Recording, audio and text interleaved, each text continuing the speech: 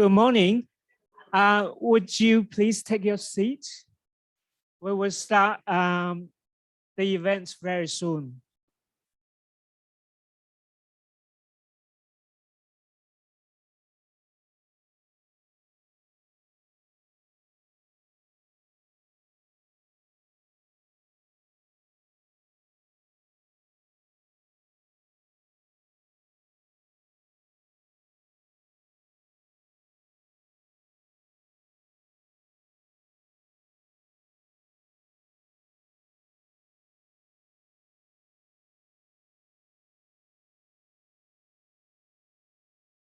Welcome to tribal country, Toowoomba.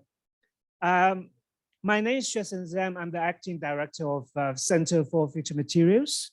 Today, I would like to welcome you to Toowoomba. Toowoomba has been an ancient meeting place where people traveling from coast, New South Wales, Queensland for Banya Mountain festivals.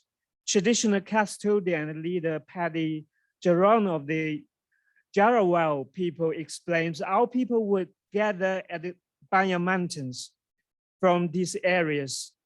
It was deeply spiritual, arousing ceremony.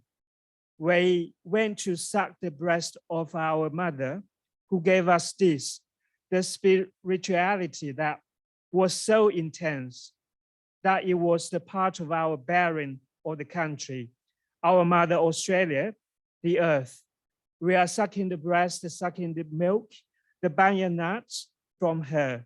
All around the Banyan Mountains is very, very spiritual country. Welcome to tribal country, Toowoomba.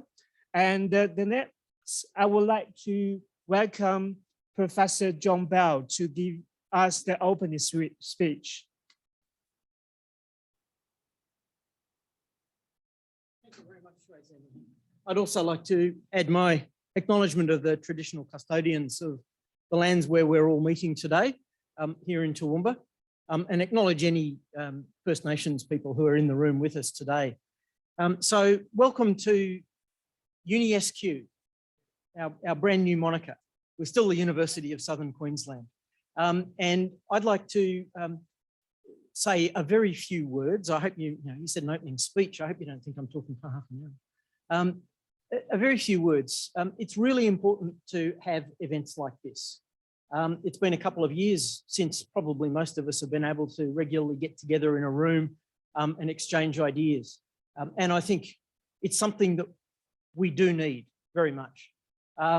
Many of you who are from the university will actually know that I keep banging on about the fact that people don't do research if they don't publish, because if you don't publish your research, you haven't done it.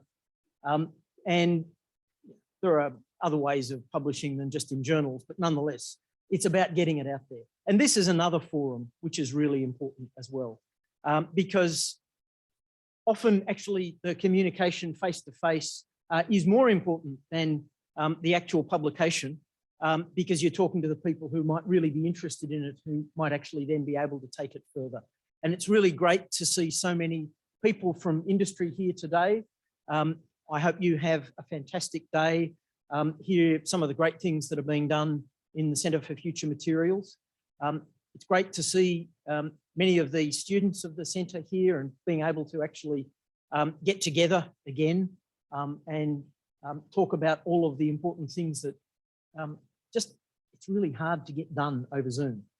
Zoom's great, but sometimes you actually just need to be in front of someone and be able to actually move your hands in a certain way, and they actually understand what you mean when you're talking about the shape of something. So thank you all for coming. I think, thank you for organising this, Xuesen, and I hope you all have a fantastic day. Unfortunately, I can't stay all day because I have other things that I have to do, but I'm going to try and get back here later this afternoon as well, even if only for the drinks. Yeah. Okay, great. Thanks, everyone. Have a good day. Thank you. So our first speaker is Dr. Michael Smart. He is Hypersonic CTO, director and head of the R&D. Dr. Michael Smart was the professor at the UQ before starting Hypersonics. His talk will be on reusable hypersonic satellite launch vehicles. Thanks very much, Xuesen, and thanks, John, and thanks for the invitation to talk here today. So I'm going to talk to you about a topic that you might think should be being done in the United States. Well, the hypersonic work that's been done at the University of Queensland, done here at USQ, done at a couple of other institutions in Australia, is absolutely world leading. And so the company that I formed a couple of years ago with a business partner is commercializing a very small part of that great research and development that's been done through government grants, mainly in Australia. So Australia is a leader in hypersonic technology, and to make hypersonic technology fly and do the things that it can do, we need high temperature materials. And so it's absolutely key part of the technology. So I'll talk today a bit about developing reusable launch systems for small satellite launch, but using scramjets. So essentially, we're going to fly to space. We're not going to be launched to space like NASA launches things. We're going to fly to space like Qantas. Hopefully when Qantas doesn't lose our baggage though. Okay, so just to give you a bit of background about the company. So it's Brisbane based, formed in 2019 to commercialize mainly scramjet engine technology. Scramjets are air-breathing hypersonic engines. I'll talk a bit about them, but please come up to me during the day with any questions. Sam Grieve is here from our company as well. You can ask him also about anything about the company you'd like. We're started by myself and the CEO, Dave Waterhouse. I'm the CTO. Currently at 20 people, growing to 30. And our focus is on this commercial small sat market. So I'm going to show you a promotional video shortly. It's probably a little bit long, but it really sort of brings the market into focus for you guys. And then I'll talk a bit about the tech. And you know, our whole thing is about flying in space. So this is a vehicle that can take a satellite and then launch it into space. And it has an air-breathing engine. So it doesn't go all the way to space, but it's part of a space launch system.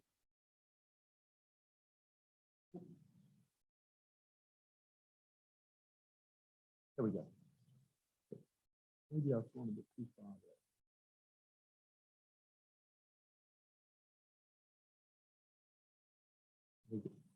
Here we go. So this is our video. Actually, but is someone doing audio visual? Can you make it full screen for me? There we go. And if you could just tap the video, that screen, the video should start. There we go.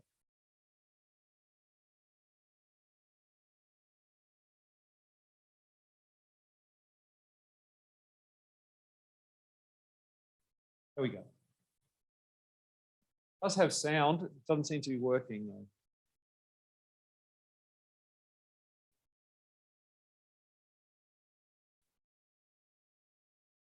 For some reason.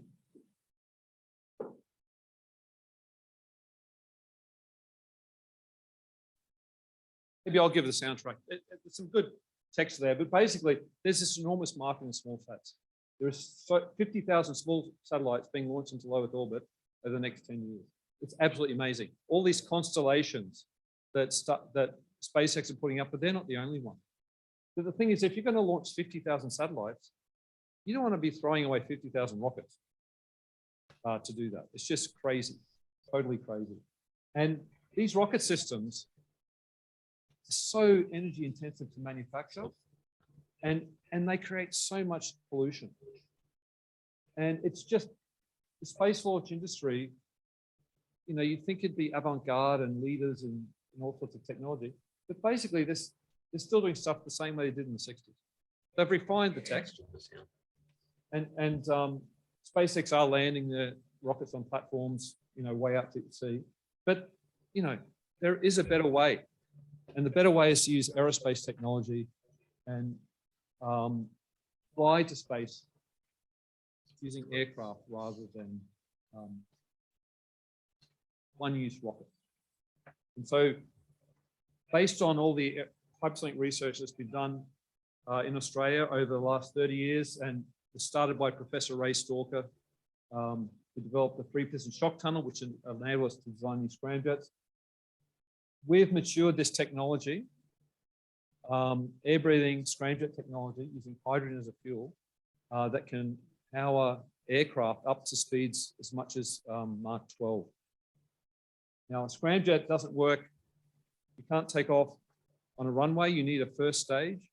Our system has a rocket first stage, which we plan to make reusable.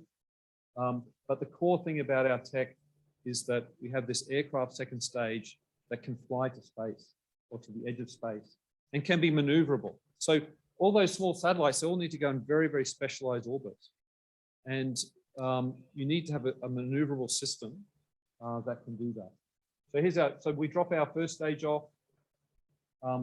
Upper stage goes, sorry, I'll just let the video play.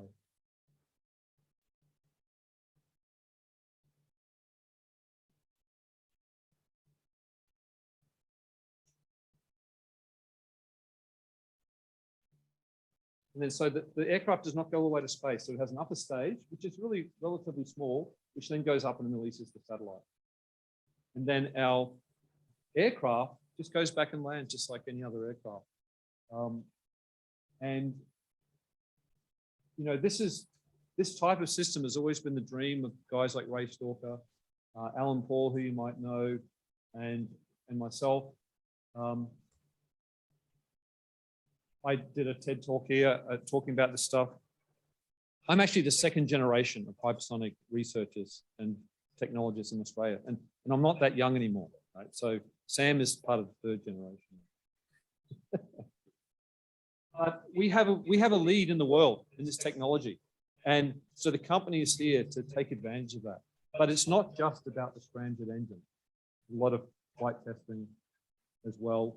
So we've got quite a bit of experience in knowing how to fly things. We have a series of government grants.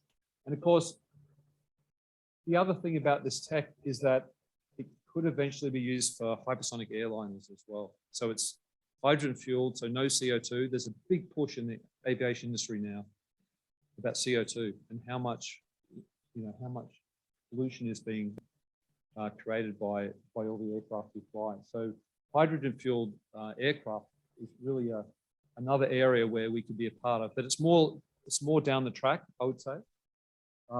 Flying Sydney to New York in 2.5 hours. But using hydrogen fuel. But the near-term application for us is this small satellite launch, and the reason for that is there's a massive market, and the current technology cannot meet that marketplace within the bounds of the modern world where we really do care about pollution.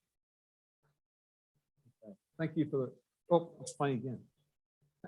Okay, so just a bit about scramjets. They're hypersonic air-breathing engines. No turbo machinery whatsoever. We use shock waves to do the compression that you need to burn fuel efficiently. They've been worked on for 50 years, but over the last 10 years, they've really matured to the point where there are actual military systems that fly right now that use these scramjets. And so we're a part of that, but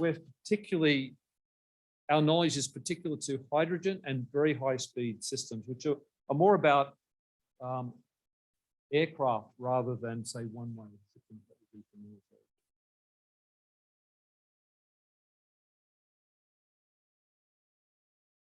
The next slide. Maybe I should be pointing it that way. There we go. Yeah.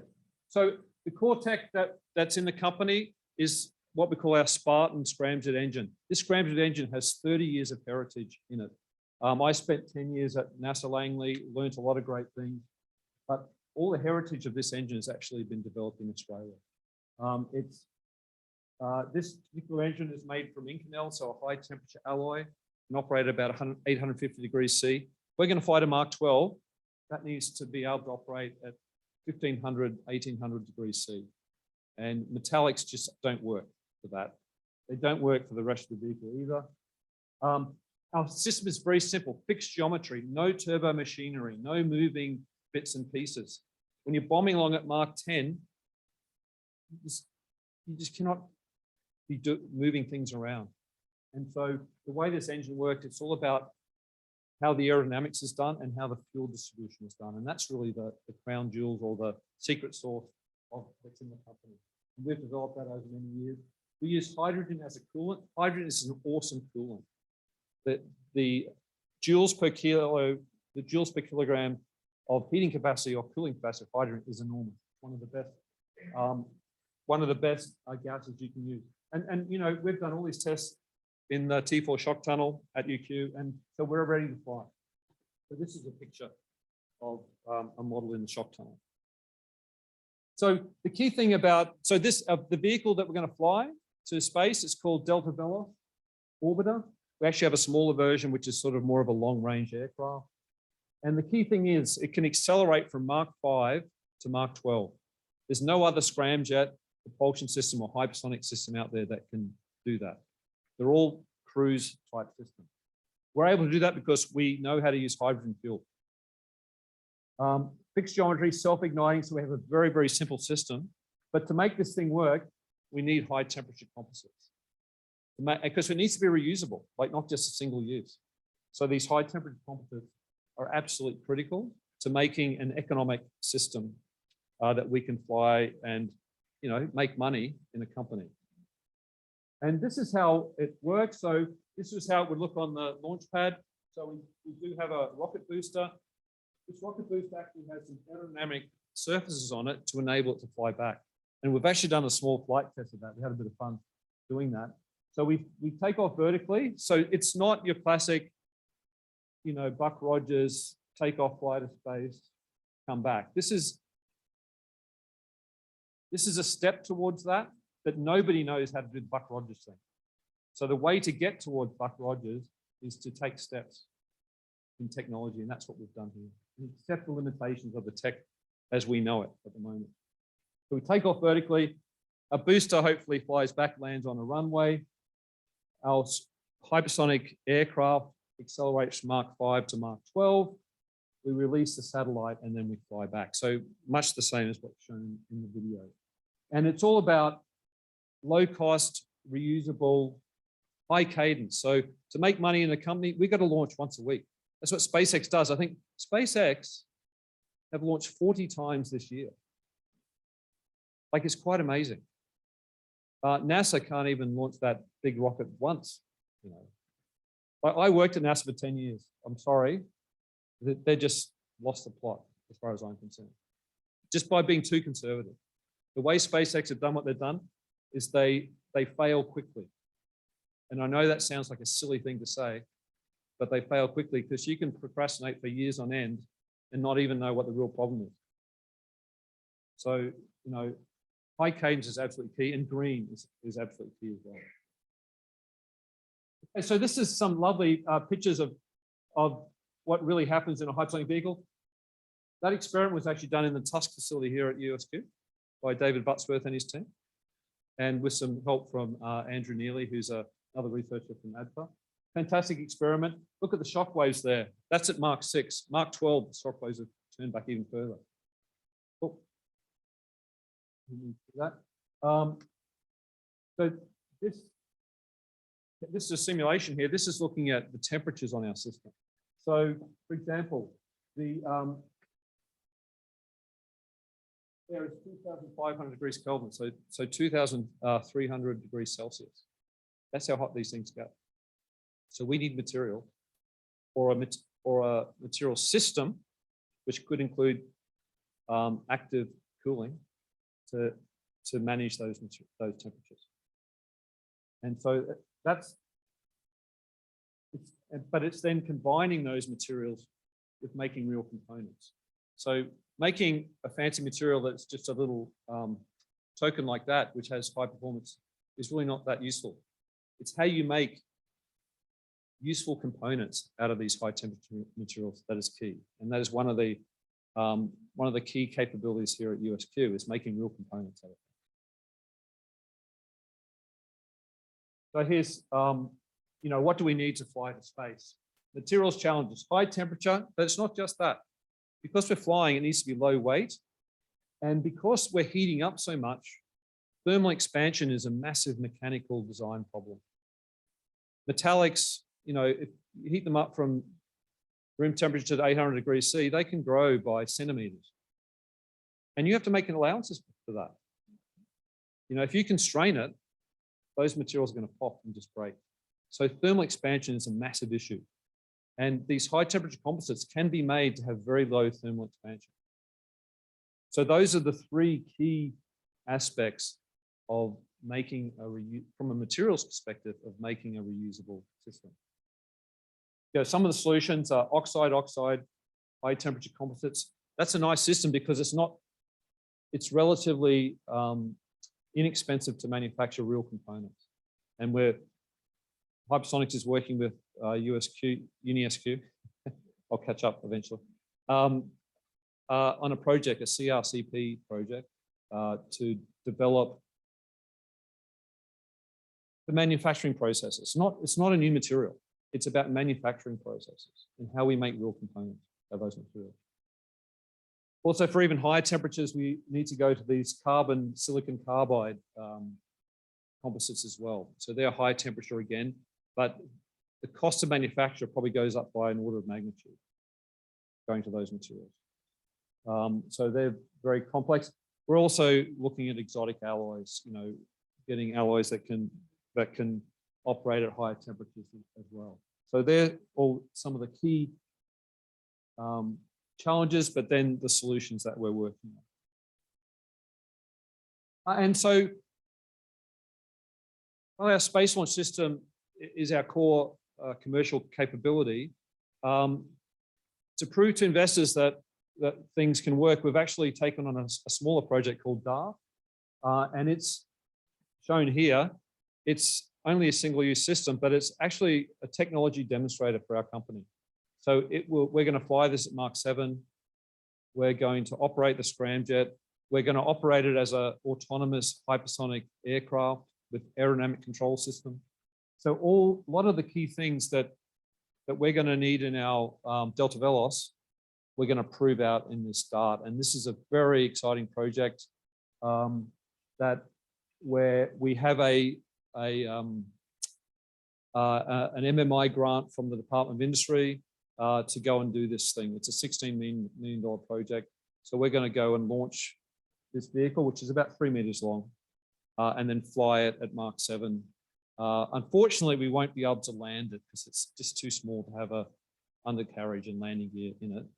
But we will do sort of a pseudo landing profile for it. So it's a really exciting project. If we'd got our MMI at the start of the year when we were supposed to get it, we would have been flying by the end of 2023, but it's really going to drag into 24, the way things are going right now. So that's a really exciting project that is a tech demo for what we're doing in the company. So yeah, so that just gives you a flavor for what we're doing in the company. The Hypersonic technology is very mature. We know what the scramjets need to do. We know how to build them. We know what shapes our aircraft need to be. It's the materials challenge that we're really trying to deal with right now. And as I say, making real components, not just developing new exotic material. So thanks for the opportunity. Thank you, Mike. There are lots of students here. Could you give us sort of what sort of engineers are you looking for your company? So for our company, we need engineers with experience in hypersonic technology, but we also need engineers with experience in manufacturing. And also guidance, navigation, and control engineers, so how we fly our aircraft. We need engineers who can develop experience with hydrogen. So initially we're actually using high pressure gaseous hydrogen, but we're developing systems to use liquid hydrogen. So the handling of cryogenic fluids.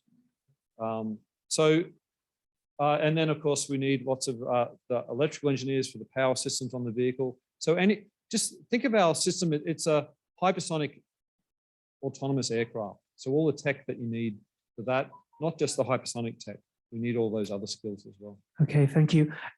We can invite one question from the audience. Any questions?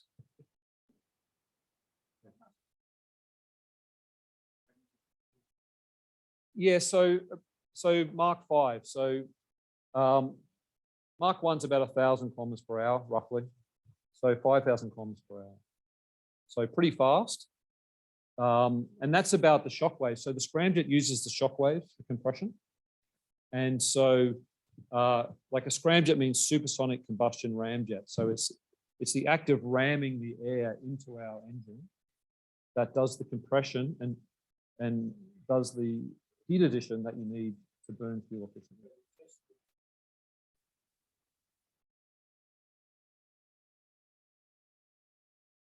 Right, so our dart experiment is actually Mark 7. But we will probably boost it to Mark 7 actually, and just it's really about proving the operation. The accelerating capability, we've sort of, in terms of the engine, we've done lots of ground testing and we've been able to show thrust levels that can generate acceleration from Mark 5 to Mark 12. But the dart experiment is really about proving that we can go and fly an autonomous hypersonic aircraft that's propelled by a scramjet. Yeah.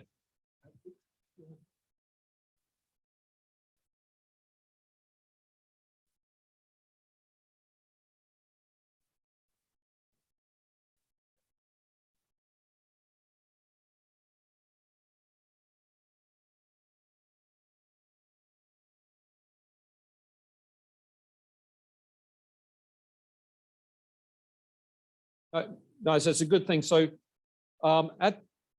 initially, we can't compete with Falcon 9 launching 60 satellites. But the thing about when they launch 60 satellites, they're actually all in the same orbital plane.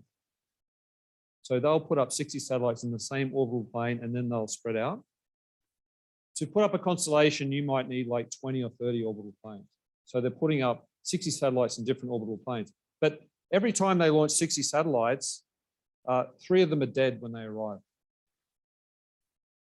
And that's just the nature of the reliability of rocket launches, the vibration and the complexity of rocket launch, but also the reliability of these systems. And so our business model actually is to replenish those 3.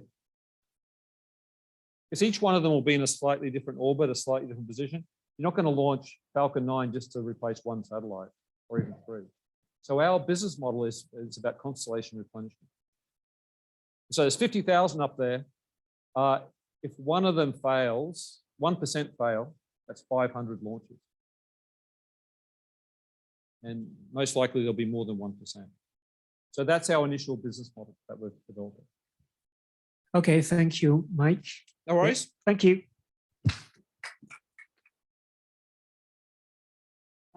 Our next speaker is Michael Devlin and Phillip Crothers from Boeing. Their talk is on sustainable production systems.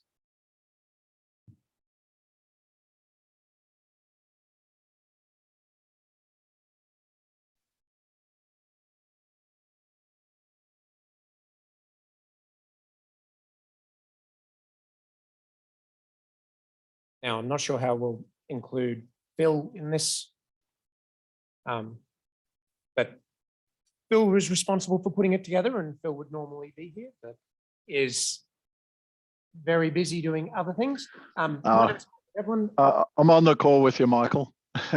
I'm brand new to Boeing, so going through this slideshow was a big part of just education for me, and hopefully I can pass on some of that to you, and we'll have Phil backing me up. My job is about to be putting together the workforce that's going to be working on the GHOST-BAT system out of Wellcamp Airport, which is a particularly exciting role and a particularly exciting project, and one that we're not going to talk about today. So, what we are going to talk about today is sustainable production systems. So we're talking about the future of flight. So there's stuff that's happening now, but we want to be doing this well and truly into the future. And one of the things that we need to be doing here is everything we possibly can to hit that 0 or better as far as carbon emissions are concerned. Something that I think is pretty cool. This is the founder of Boeing. We're embarked as pioneers on a new science and industry. Our job is to keep everlastingly at research and experiment, to adapt our laboratories to production as soon as practicable, to let no new improvement in flying equipment pass us by. And the thing that's cool about that to me is it was said in 1929, and with a couple of additional buzzwords that could so easily have been produced today. And it is what Boeing is trying to work with, what it's trying to work towards. So as far as our domestic, our civil aviation, Boeing's expecting in its commercial outlook to be looking at something like 40,000 additional planes over the next 20 years. Right now, the whole aircraft industry is getting better as far as emissions are concerned, just through practices, the way they're doing things, by around about 2% per annum, which is cool. But the fleet's expected to grow by nearly 3%. And we're expecting that the air traffic is going to increase by 4%. So every single year, if we continue to do exactly what we're doing, we're going to be going backwards, just through sheer volume. So what Boeing has tried to do is have a reasonably long outlook, and looking at it not just directly from, how will planes look in 2050, but how will society be looking in 2050? What will be the requirements? What will be the social pressures, as well as the pressures that the actual process of flying from one place to another will do.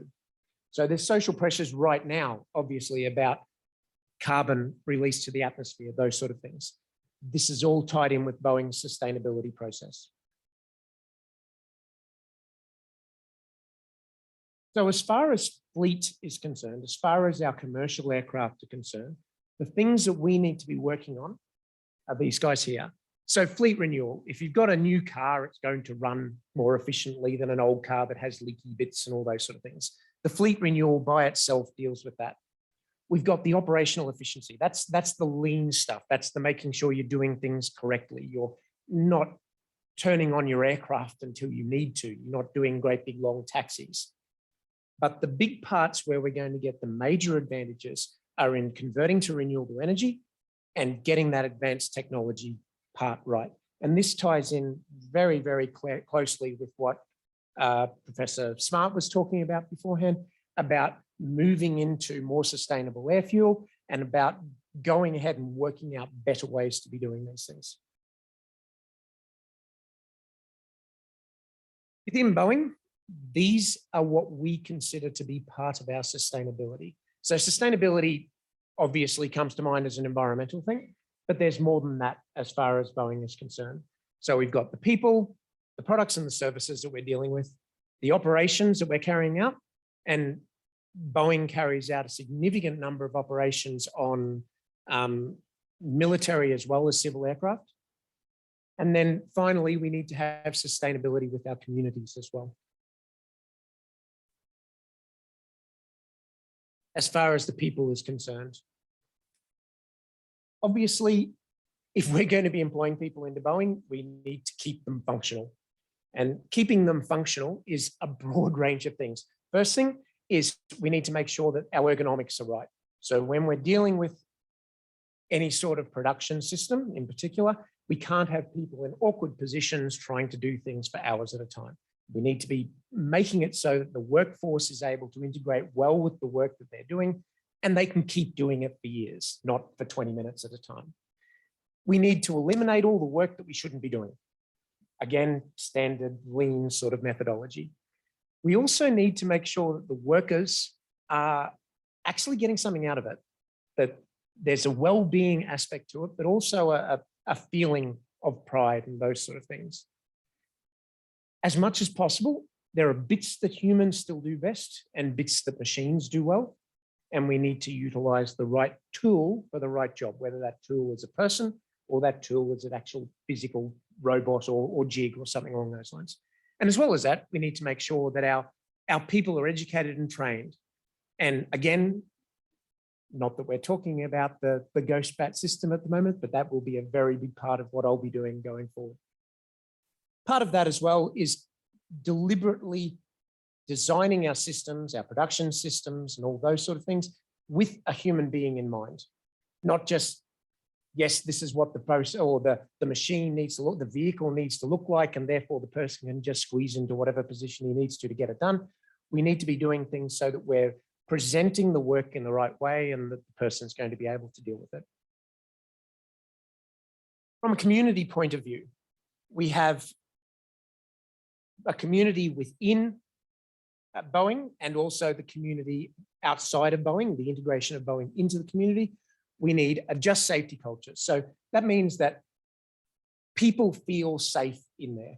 People feel safe to actually report things. People feel safe to notice things that can be improved.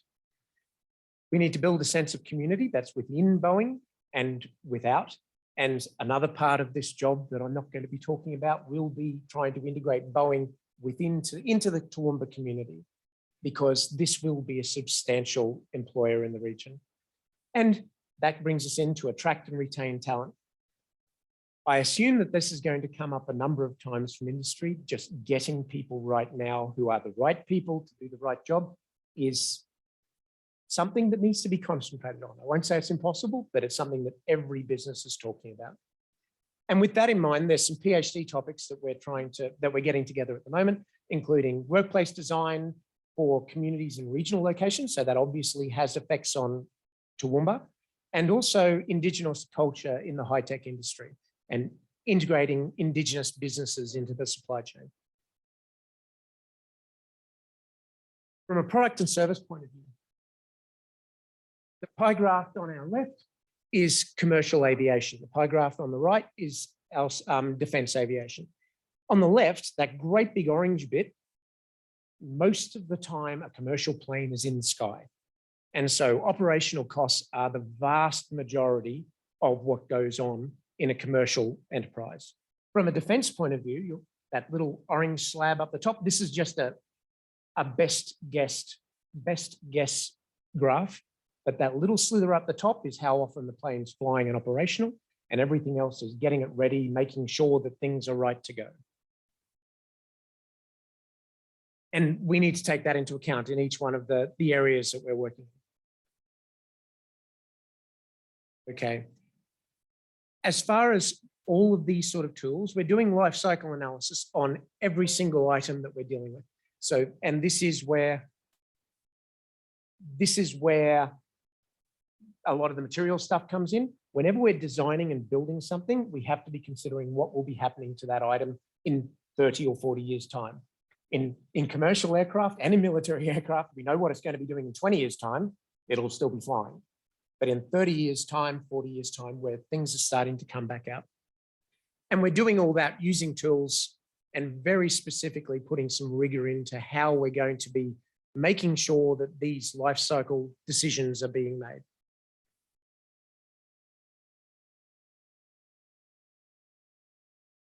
From an operations point of view, the whole way through, we need to be considering waste. Again, ties in very strongly with the material part. But as well as that, we need to be understanding what is coming off each time, what wastes are coming out as we're going through, and what we're going to be doing with the system after it's finished. So all of that includes recycling, circular use, making sure the materials we're using are appropriate for the aircraft use in the first place, but we're going to be able to deal with them after we're finished, and trying to make sure that we take everything into account across the full life cycle. And so we're looking at 3 bits to working out how our sustainability is going. There's the environmental aspect.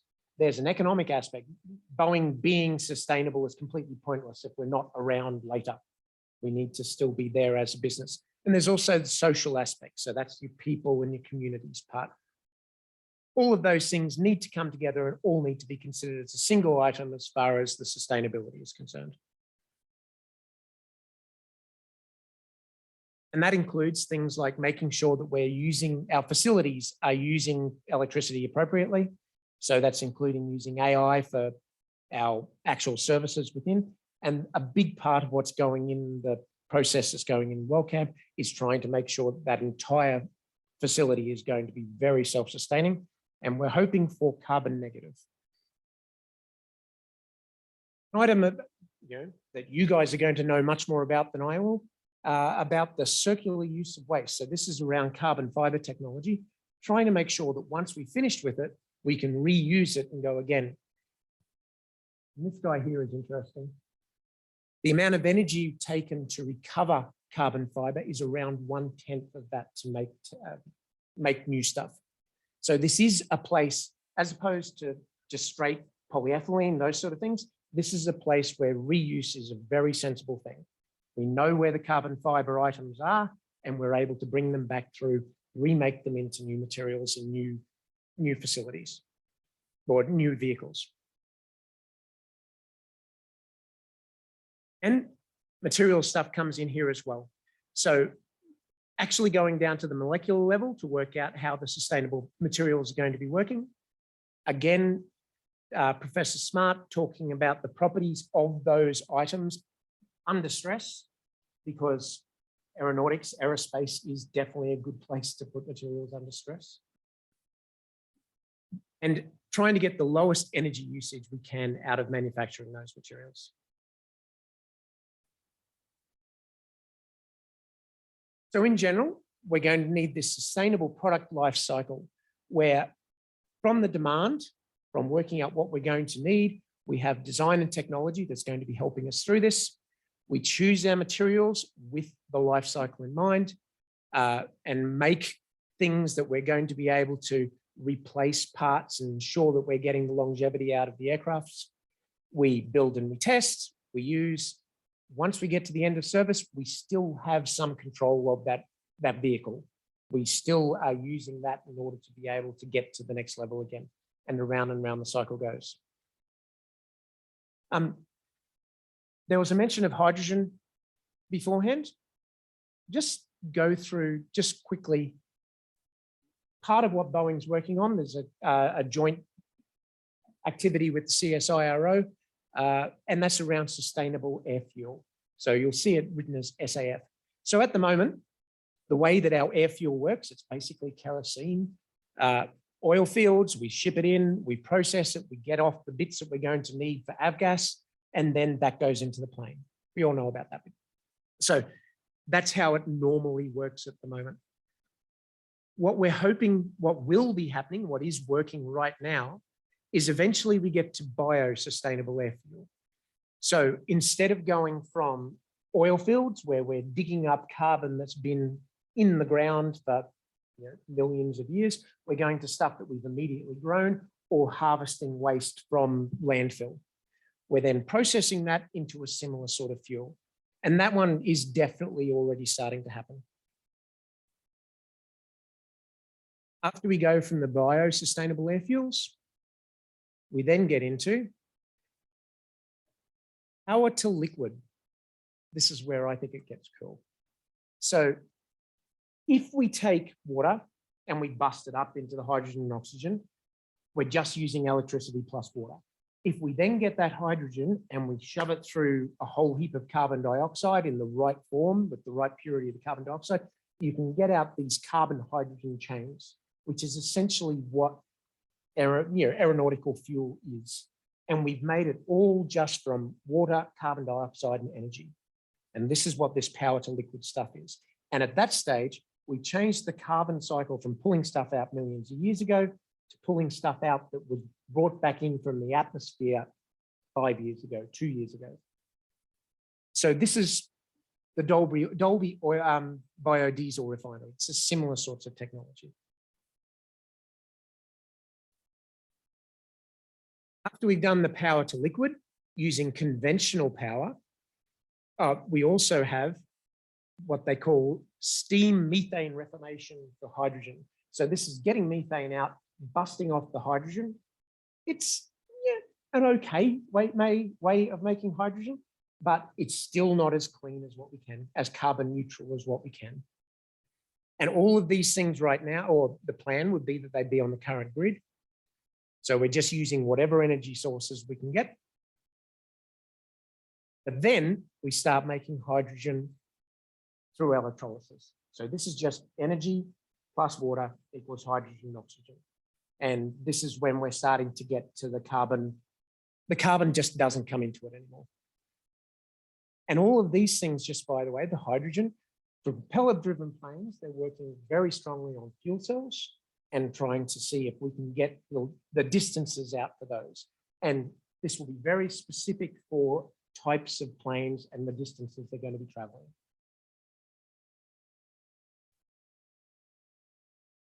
After that, the obvious thing to do is, instead of using the current grid, we go to a completely renewable grid. So more and more of the electricity is coming in from sunlight, from sunlight and wind are the obvious ones, but a lot of other methods of getting the power in the first place. And as well as that, for some small aircraft, who knows, maybe we'll all have personal battery-driven hoppers.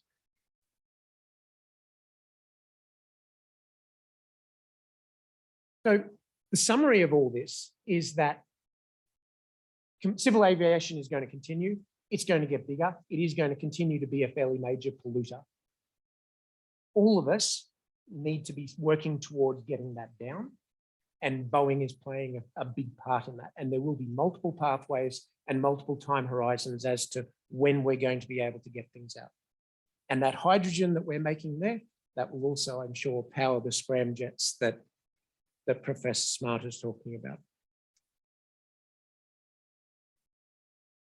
And as I said, we're going to be doing everything that we can in order to be able to get to that zero carbon and get to sustainable aerospace.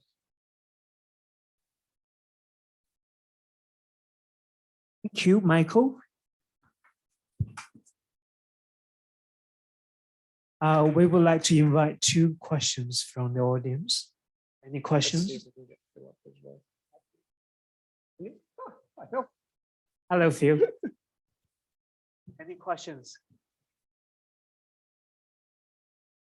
Would you be able to give us some hint, the opportunities for the students at the USQ for your Wear Camp facility? The hint that I will give is that I will be back here at some stage, I am sure, to tell you about what those opportunities are. There will be some, but that's about as far as I'm allowed to say right now. Okay, thank you. If no more questions, thank you, Michael and Phil. Our next speaker is Tom Heyer from AUSTRAK. Tom will give us talk on polymer composite slippers.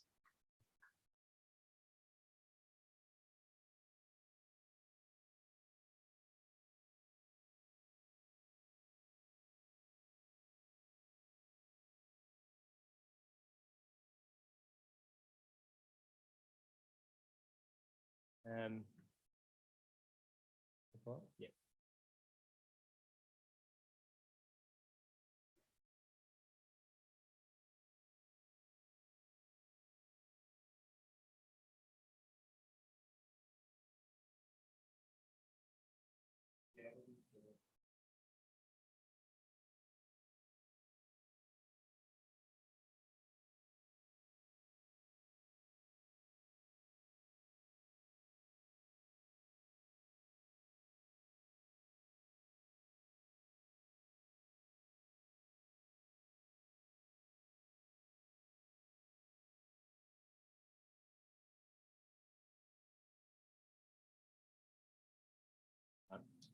Morning, all. Thanks for having me. As introduced, I'm Tom Heyer with AUSTRAK. So, we will be shifting from the aerospace industry to the railway industry. So, quite a bit of a different philosophy on how composite technologies and sort of the work that we're doing with UniSQ really works in practice. So I just wanted to go over some of those points today. So what I want to talk about is a little bit just who AUSTRAK is and what the composite technology that we're trying to introduce into an industry that typically is quite conservative. A lot of the railway lines and technologies don't evolve the same, as generations ago. So some of the barriers that we see there, as most industries, what we're finding as to the focus on moving to more sustainable technologies, what that looks like in practice. And I wanted to talk a little bit about our partnerships that we've had with the university, what's worked well, where some areas for improvement are, what we think opportunities are moving forward. So at a high level, AUSTRAK, we make pre-stressed concrete railway sleepers and related railway products. We are the largest sleeper manufacturer in Australia, established in 1980, over 220 employees, and we're sort of known as global experts in railway technology, railway sleepers. Australia is one of the foremost leaders in heavy haul for railway, so we play a key role of that. You can see in this photo, this is some of the products we make, railway sleepers, turnout bears. Our 4 factories are located around the country, Wagga, Rockhampton, Geelong, Port Hedland, and this is a photo of the Rockhampton factory. A lot of that is based on moving concrete sleepers is very heavy. It all comes down to logistics advantage. So AUSTRAK's been successful as a Australian manufacturer, a lot because the logistics of moving things and putting things is a key advantage in that way. But as I mentioned before, it's a very conservative industry. You really have to push on doors to introduce innovation. And that's something that AUSTRAK really tries to maintain as a focus, that R&D, being part of standards committees, specification committees, and making sure that we continue to evolve and introduce more efficient processes, both for what we do, how we manufacture our products at our plants, and also the products themselves. So I wanted to just give a little bit of high-level terminology 101 for the railway. Railway sleepers are your standard mainline track. It's the concrete, but they use timber, steel sleepers that they'll hold your track gauge and you'll sit in ballast. Those are those big rocks that you see. And then you've got other different types of specialty infrastructure. And one in particular that we are very interested in this space is transoms. Bridge transoms are sort of more structurally sound special sleepers that are often defined obviously on bridges, but they reside on bridge girders instead of ballast deck. That massively changes what the structural requirements and what the load conditions are, and presents quite a unique opportunity. And interestingly, it's something that there's thousands of bridges and need for transoms of this, but because it's relatively a small part of the overall industry, it falls in between standards, in between specifications. So there's often ambiguity and people not directly responsible for it. So that creates both opportunity and challenges. So composites and composite technology, I mean, you'll see that oftentimes with things like railway rolling stock. You'll have fiberglass trains and other components above rail, but what sort of AUSTRAK and our parent company of Oslo is on below rail, where things like having a lightweight, strong material isn't necessarily you want that something with about a stability and weight. But for composites specifically, where this is a real opportunity is a replacement for timber. Timber actually has very good properties for railway sleepers and other products, but it just doesn't last. And because of things, both the scarcity of good hardwood timber, as well as things, creosote is something that they used to treat timber with, has been banned for environmental reasons. You can have some areas where they have to replace the timber components after 5 years. This photo, the top right, is a sleeper that was pulled out of Queensland Rail Network not far from here after only 7 years. And it's almost scary sometimes when you walk along some of these tracks to see what the level of degradation is, if there's white ants or it's a moist environment. And the cost of having the crews come out and replace this is just not sustainable. So they're looking for something that can behave similar to timber, but last like a concrete sleeper. So a concrete sleeper, composite sleepers are designed for 50 years of track life. So why not just replace it with concrete? I mean, that's what AUSTRAK does really well. And there's some fundamental reasons that you can't do a spot replacement. So if you're building a brand new railway line, it will be concrete in the inland rail line, things like that. But you can see that in this photo here, where you're pulling out, the way that they insert timber sleepers would be very damaging to concrete. And you have very different fastening systems. You put these under, they drill directly into them and put screw spikes or some similar technology to attach it to the rail. Concrete will have a range of different, more sophisticated fastening components that have to be cast in. And you can also imagine if you were to put, say, one-in-one or some arrangement of concrete and timber, it creates hard spots. As the train line is coming on, it will create a bouncing effect, create rail wear, because it's quite a different stiffness. So while it does happen in some instances, it's really not an ideal solution unless you have the time to replace the whole railway line. So one thing I wanted to do as a bit of a clarification, in the railway industry, composite technologies sort of covers a breadth of different families of materials. And so just sort of a bit of clarification, because you do see some of this even on the news, and it bears a bit of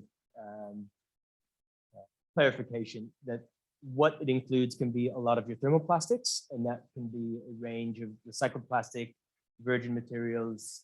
They'll often use steel bars to increase the structural performance, to increase the stiffness. In a lot of ways, this has a ceiling as to what the performance can be. You wouldn't see this used in every high performance track. It's a great environmental story and sustainability, but you have to really understand some of the things, the way that these are made, the way that it interacts with the railway track, introduces a number of factors that sometimes people don't always appreciate. A very successful technology is fiber reinforced foam urethane. This is a technology that a Japanese company developed as a timber replacement. Japan, because of the size of its population and they don't have forests, almost allow no cutting down of their timber forest. So this was developed for the building industry and also works very well in the railway, sleeper and transom market as well. It's very expensive because you can see it just uses a significant amount of glass per product. It also has some issues with the OH&S side. You can imagine if you're drilling over a creek or stream, you have to be very careful about what you're putting into the environment. And so this is on the left, them using a special vacuum system to make sure that none of that swarf drops into the river. AUSTRAK's technology is in this family of a fiberglass thermoset product. We use resin and stitched fiberglass sheets along with fillers to come up with products that have quite a bit more customization available to it. So these are just a range of different types of, you can see different shapes here, different sizes for different applications. We also can cast in fastening components. A resilient fastening system offers a lot of advantages, but in your pure sort of timber replacement, drill into it. That's not most often what we use. So here's just a sort of cross section of what some of the latest product looks like. The laminate outer shell is where the majority of all the structural capacity design is completed, which leaves by far the bulk of the internal, which we call the core. And it's here listed as PFR, which is particulate filled resin. What you're essentially doing is just making sure that you're able to interface with whatever the screw spikes are. And it's important to not underestimate what's involved in that interface, both how you drill it, what the pull-out forces are, what the dynamic is.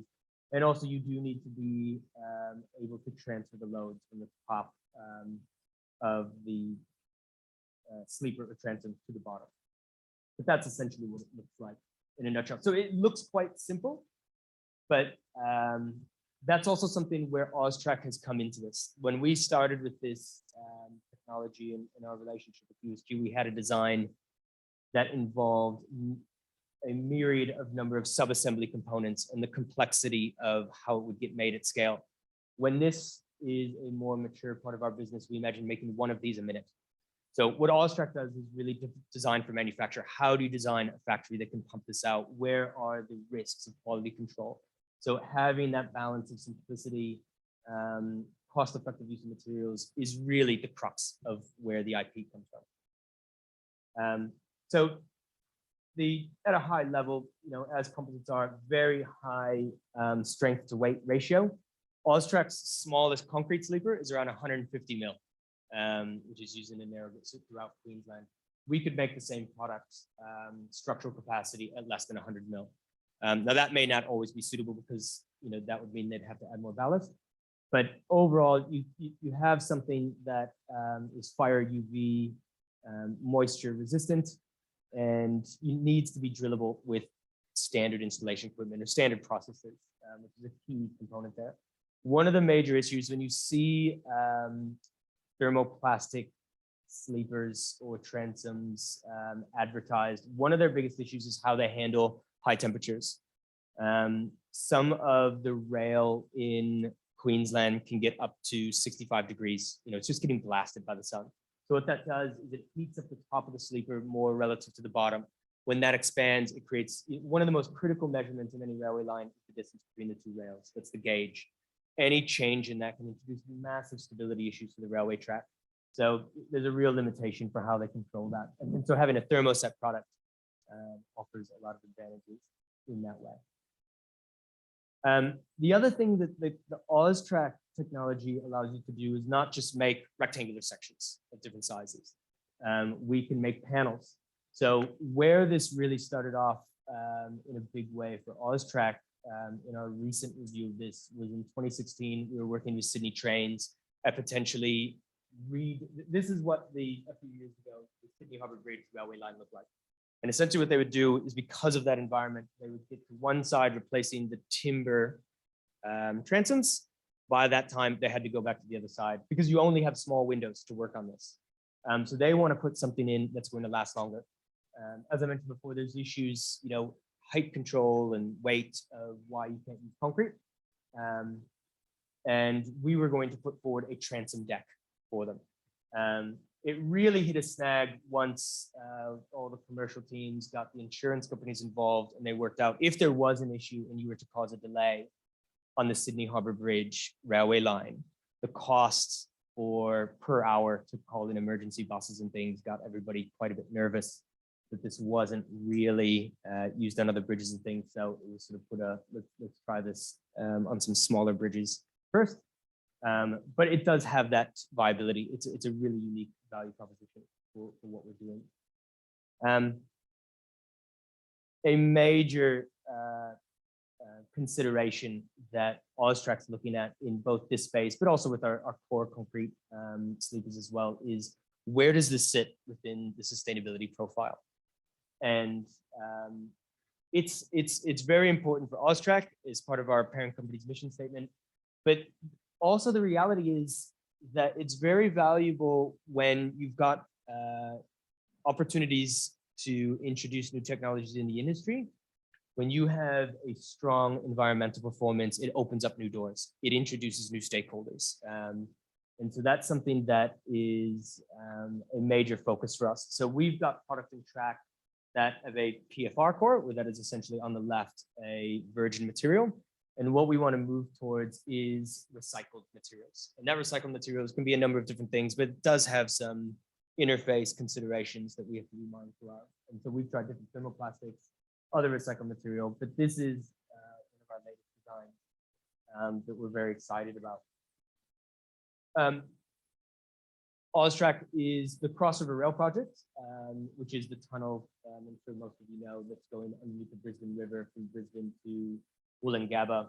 They'll be installing a number of our sustainable core sleepers that uses recycled material in the non-structural areas. So it doesn't interface directly with the screw spikes. But really where we want to move to is looking at fiberglass, recycled fiberglass. So we started conversations with different partners in the wind turbine and other recycled fiberglass industries. This is a problem that Australia is just entering, where other regions like Europe and the United States are really recognizing that they have nothing to do with these massive wind turbine blades. So they can be crushed up and put into cement kilns, but just the fact of crushing them up is not a very efficient process. So at the moment, they're essentially burying a large majority of these into landfill. So what we are looking at is this is an excellent core material for us. And the trickiness is having somebody there to crush that up, ideally press it into panels. Panels works really well for us. But this type of supply chain connections is something that we've been really focusing on. And that's where some of the partnerships with UniSQ has made a lot of sense. A lot of different networks, a lot of different events such as this, where we're able to meet people who have some insight into how this works and who may be interested in working with us. So that's a key missing piece. At the moment, the reality is Australia, not just on fiberglass, but we both import recycled waste that is useful from other countries and also export waste. I mean, a big publicity around us no longer exporting recycled or our waste plastic to Asia, but we don't really have strong plans for what to use for all of that. So that's a real focus for where we think there's opportunities with this technology. So AUSTRAK has had quite a strong working relationship with UniSQ. This started officially with a CRCP grant, which covered multiple different research streams into essentially how do we commercialize this? You know, this was looking at both that Sydney Harbour Bridge opportunity, sleepers, and looking at the pure product side, the material side, and that finished up in 2021. We've also working on an advanced Queensland Fellowship grant, which is more specifically looking at how do we handle some of this, Queensland's waste and pollution. So we view that as quite successful, but also areas for improvement, which I'll touch on as well. For us, a lot of that key value comes from having an independent authority to do some of the specialized testing. When you're trying to introduce a new technology into a very conservative space, you have got to have the burden of proof is on you to demonstrate that, everybody's nervous that a train's gonna, have a derailment. So the level of safety factors and checking and the type of approval programs are very onerous.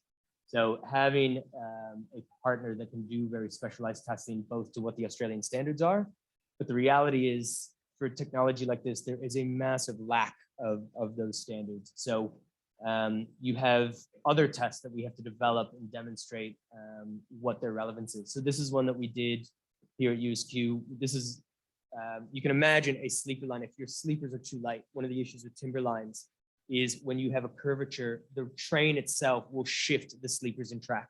That's called a lateral stability issue. And once you have geometry issues in the track, it just leads to excessive wear and maintenance problems. So you either add shapes or other things or weight to make sure that your sleeper isn't slippery. And there's no real test for that. So you essentially build a ballast box and test it. How does concrete behave? How does timber behave? And so as I touched on, there is a massive lack for these types of materials, standards and specifications. And some of the ones that do exist, and there is now one that was developed in Australia, but it's relatively new and a bit more of a performance spec. But for example, the AREMA spec, which is in the United States. The United States uses over 20 million timber sleepers a year. They have a very strong relationship with the timber industry. It's very interesting dynamic. But this composite sleeper technology, specification, was heavily influenced by some of the suppliers, the sleeper suppliers. And you'll notice that when you look at this, some of the things that they have, they can pass all of the standards and specification tests, they're failing in track. They've had to pull them out. So a lot of the American sleepers that were installed in Australia have had to be pulled out for failures. So that's the key part that I'm getting to. Are the standards appropriate? Why is it that you're able to pass all of the testing, but then you fail and have to be pulled out of track? And a major issue for us is once they fail in track, for example, Queensland Rail put 3,000 of an American composite sleeper in track in maybe 6 years ago. Did not work out. All of a sudden, the wariness of the companies for anything that falls under that banner and what they want to see for you proving that this technology does not have those same issues is massive. Creates a lot more hesitancy within the industry. So that's something that we're constantly dealing with. This is something different. So another area that, that leads into the product validation. So some of the things that we're looking at is finite element modeling, very thorough investigation of failure modes. A key one as well is when you have standards that are written, 50 years ago, and they have things like just safety factors without much logic behind them. We use that because we've always used it, especially in the timber space. Why is it that you have a pull-out force of this as your nomination? Because that's what we've always done. They know how timber works. Using things like in-field track measurement is incredibly valuable. And so that's where a partnership with the university has allowed us to have access to some of that specialized equipment and data analysis that we could feed back to all interested stakeholders. One of the key ones that I just wanted to point out that was very valuable as part of the CRC program is how do you actually model, instead of building an entire sleeper prototype, every time you want to try a different PFR material, how do we know whether it's going to work with the pull-out force of the screws? So one of the research streams was developing a relationship between a simple strain tests on the material against what the pull-out performance will be on a screw. So a much more rapid failure mechanism for prototyping. And once this type of research is published, we can use that in our conversations with some of our clients as to giving them confidence into what it is that we're looking to introduce. And also point out just some of the very backwards thinking is that some of these screws that they use are based off of almost large nails. I mean, you will see railway tracks still being put in the United States on, major coal lines and things, where they will just use a massive dog spike, which is a large nail, and they just hammer it in. It's very slow to appreciate what's the root cause of where we can solve some of these issues. So another thing, though, that we certainly have come to appreciate are some of the lessons learned over the last 4 years of working with USQ. And I think that some of those are making sure that there's very clear alignment and appreciation of what the objectives are between what the researchers are doing versus what AUSTRAK's doing. We are very comfortable that if we go down one path and research is being done into that and it's not working, it's too expensive, or it's not passing this UV exposure, we'll drop it on to the next thing. Whereas researchers have invested time and energy and committed to maybe publishing a paper or whatever else on that. So making sure that there's plans in place and at least an appreciation from both parties to what that interaction looks like also is very valuable to set up front. Also, I think that one of the things we probably learned is making sure that you're not asking, for example, on the CRCP, if AUSTRAK has expertise in designing factories, building factories, lean manufacturing, that's not the best use of asking a PhD or postdoc student, hey, can you design a manufacturing line for this sleeper? There are other synergies as to maybe they need to be looking at a very specific element. What are the thermodynamic properties if we need to do this curing profile for this? How can we handle certain aspects of that is going to really set up the best chances of success for both parties. So I think that we've learned a lot from that as we look at continuing that relationship to make sure that everybody comes away with what it is that they're looking for. So yeah, that was just my presentation on the railway. Thank you, Tom. Two questions from the audience. Thiru, you have a question? Thanks, Tom, for your nice presentation. And looking at some of the work that was done probably 15 years ago and how things are moving on.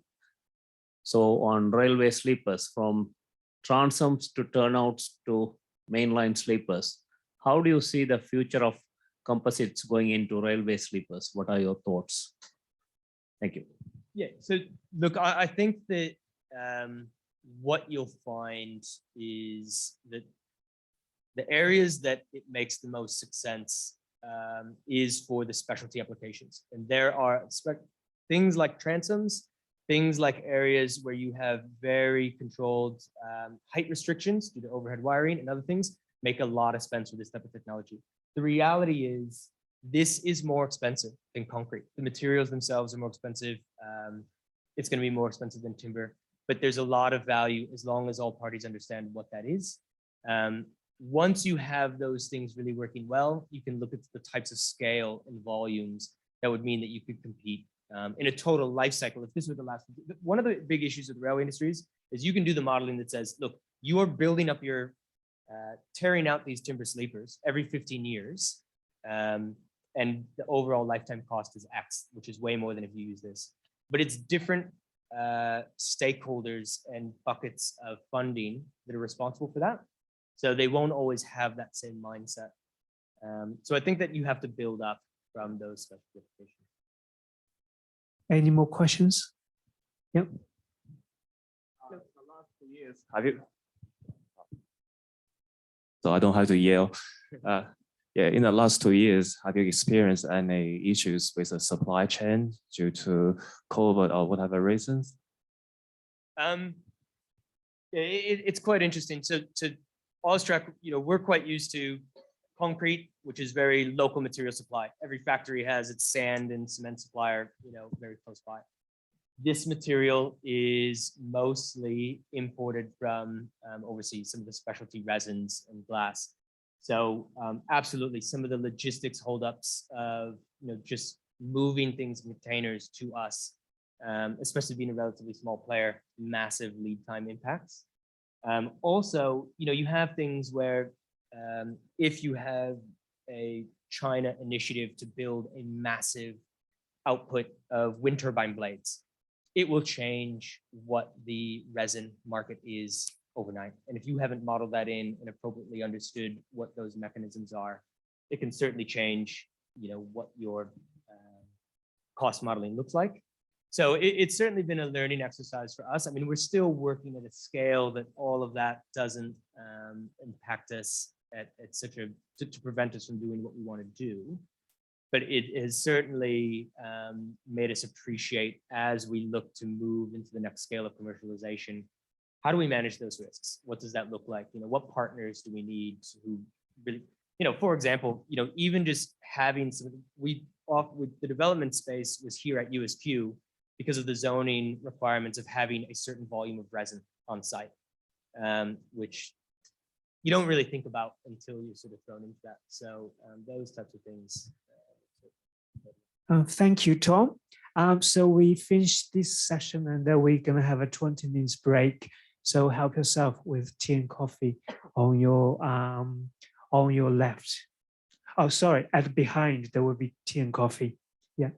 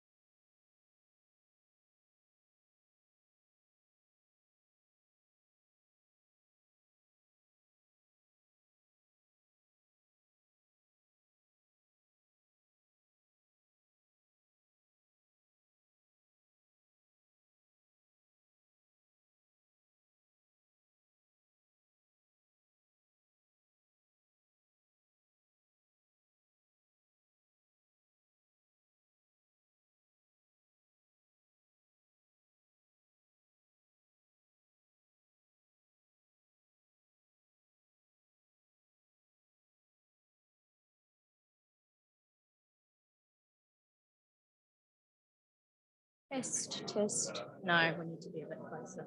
Sorry. Testing.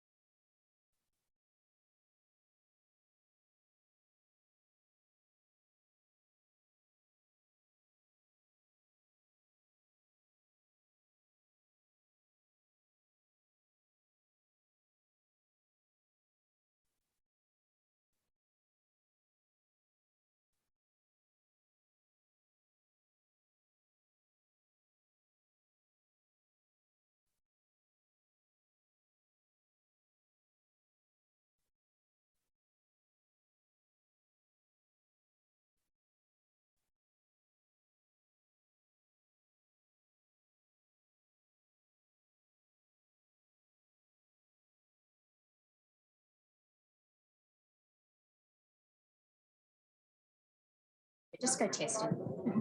Testing. Yeah. Okay.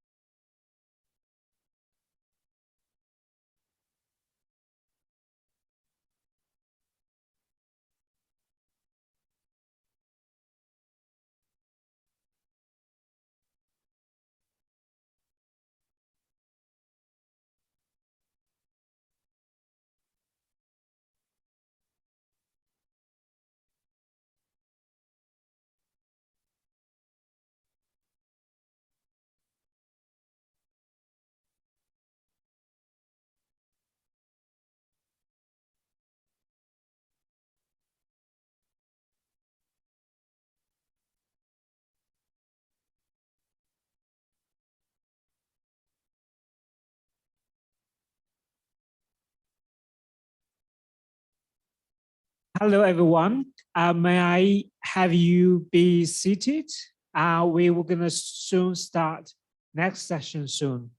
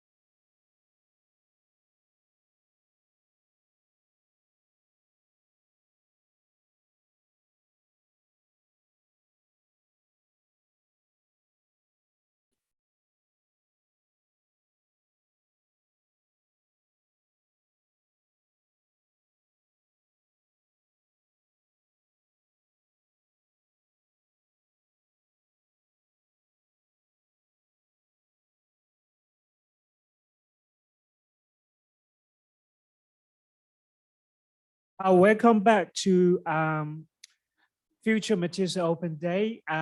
This session, we will have 1 hour to really give you some flavors of what we are doing at the Center for Future Materials. The first talk is by myself. I'm going to give you a talk on digital threads in advanced composite manufacturing. The aim of this talk is really to give you a concept introduction, how the manufacturers could adopt the business and new business model similar to YouTubers making money on the social media platforms. So that is called a digital thread. It's a relatively new concept. So I would give you some ideas what that would look like for the businesses. So this is a talk, introduction, and then I will give you sort of 2 standards related to digital threads in manufacturing. One is called ISO 23247. The next one is called IDS, International Data Space. Then I would give you a few examples. How's that look like, particularly for small business? How do you get engaged in this digital manufacturing? What is the digital thread? Digital thread delivers the right amount of information at the right place at the right time. This example look like example of the aerospace industry, such as in Boeing. So there would be some manufacturers.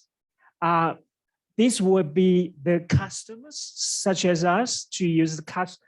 And there's people doing the maintenance and the airlines. They do all share the same information. So if you look at the supply chain, that means there will be design engineers, companies, manufacturing companies, certification, and then operation by airlines.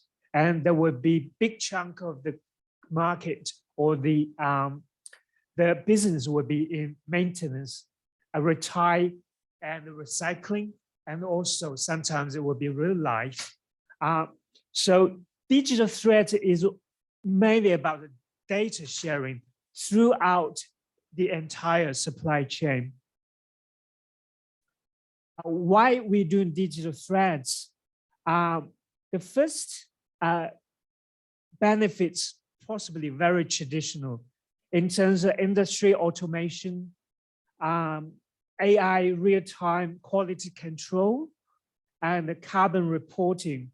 The last one is something I would try to convince you. There's a new business model within this digital industry transformation.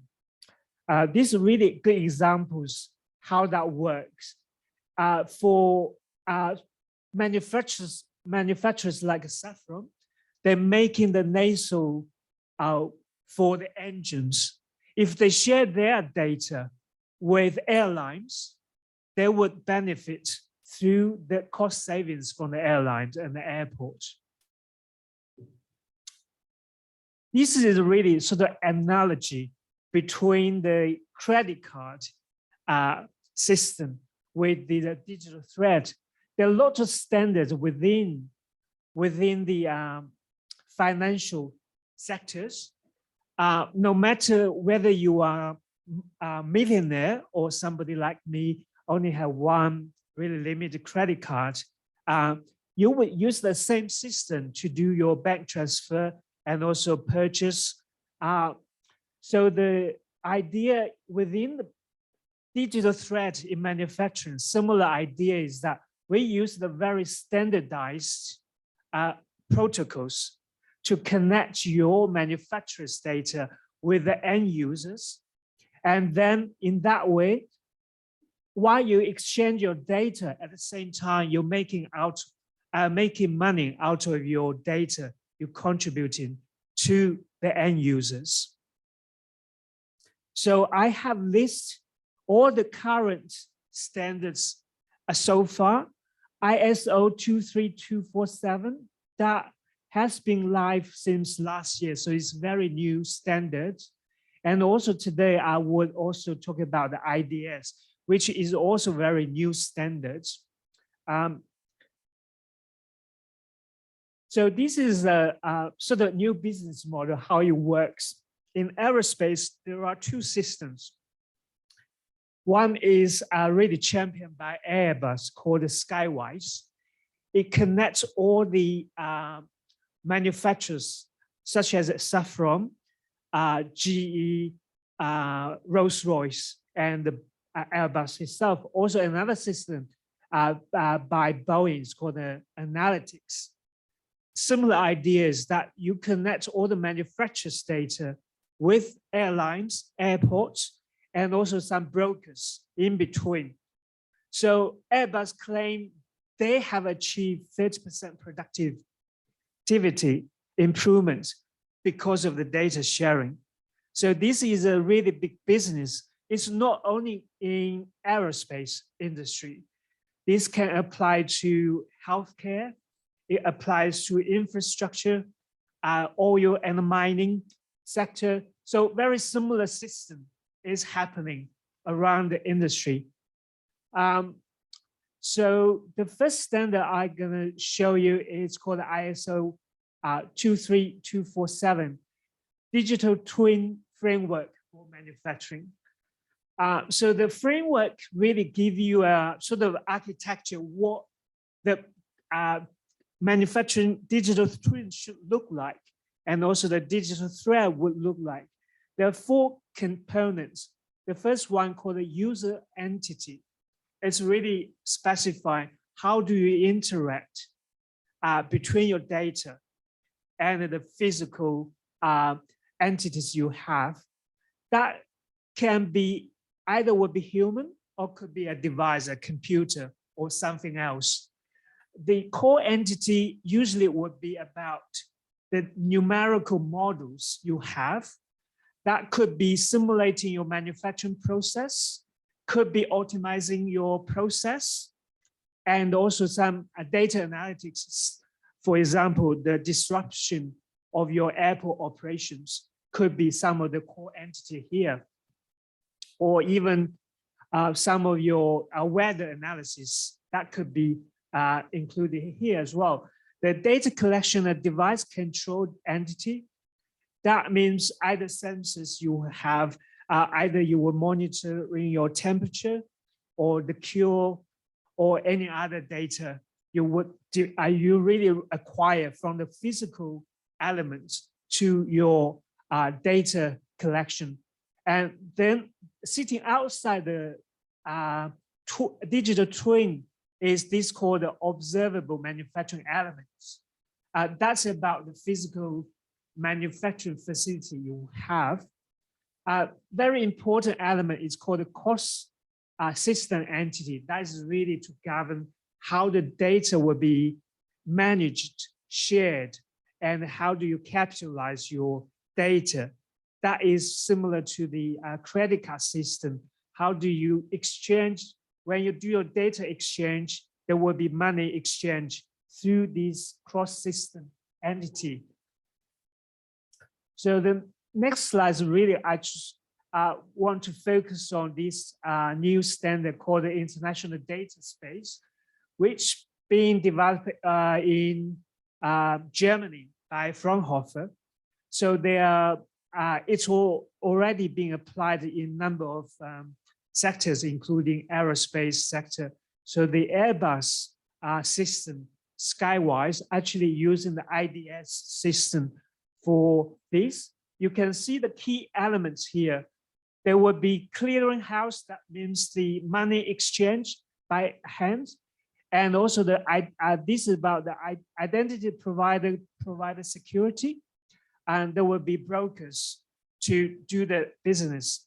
And also the app store means, for example, for me, if I have some data, but I don't know how to analyze, similar to you use your phone, you can download the app to say, okay, I would like to predict certain features through my data. I can buy an app from the data space in order for your data to be valuable, to be exchanged. And then there will be some vocabulary, means how do you organize your data, labeling your data. More importantly is about the interface. How do we connect your data owner with your data user through this IDS connector? The very important feature here is that the data is never been stored outside your institution. So the data is secure within your own company. You only exchange at the right moment's time with the right people and with the monetary value you would like to exchange. So that is a system currently in place. So you would be able to really, the reason I introduced this is really because of these standards really benefit for small and medium business. For Boeing or Airbus, they have their cloud to develop their own system. But for small and medium business, really important with these standards. We can similar how we use YouTube. You just create your data, you will be able to make money out of the data. So that is the concept with these standardized services available now. So I give you sort of 3 examples how it look like. What I would like to highlight here is that for manufacturers, the most important is the data sovereignty. That means you need to own your data. Your data has market value. How to do that? That means you need to really have to invest in the core entity elements. How do you make your data valuable to other people? This example give you some sort of insight. How's that core entity will look like?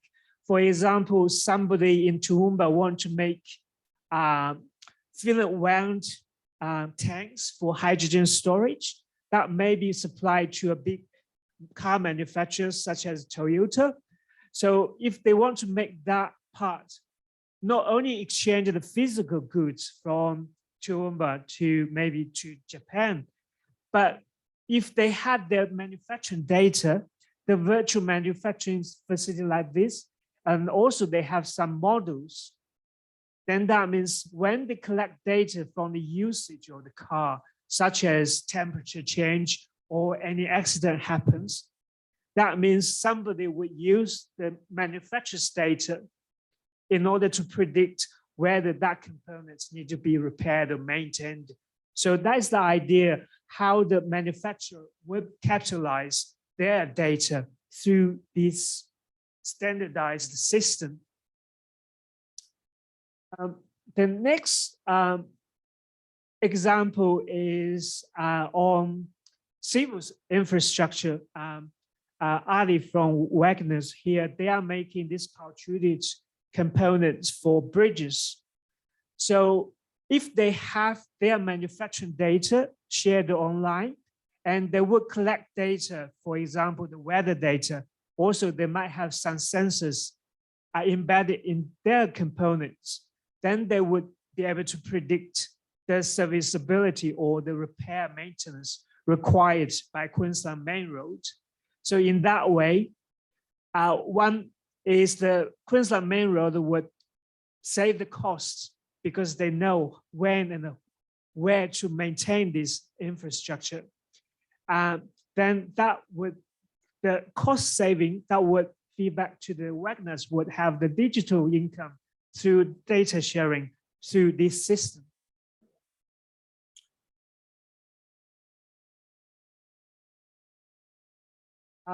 Last example is in defense area.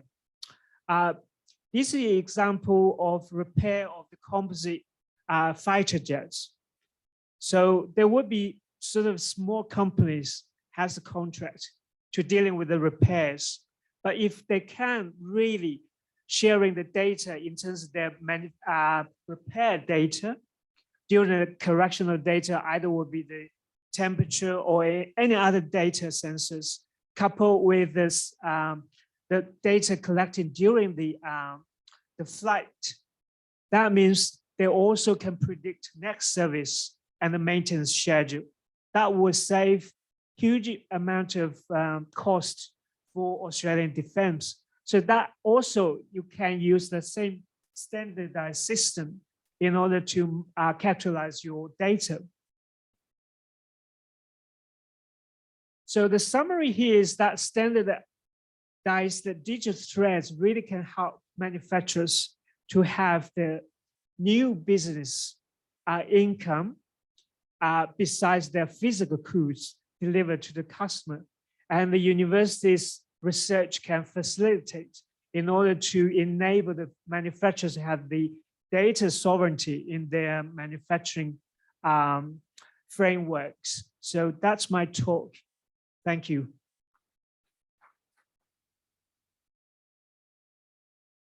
I would like to invite 2 questions anyone have. Oh, yep.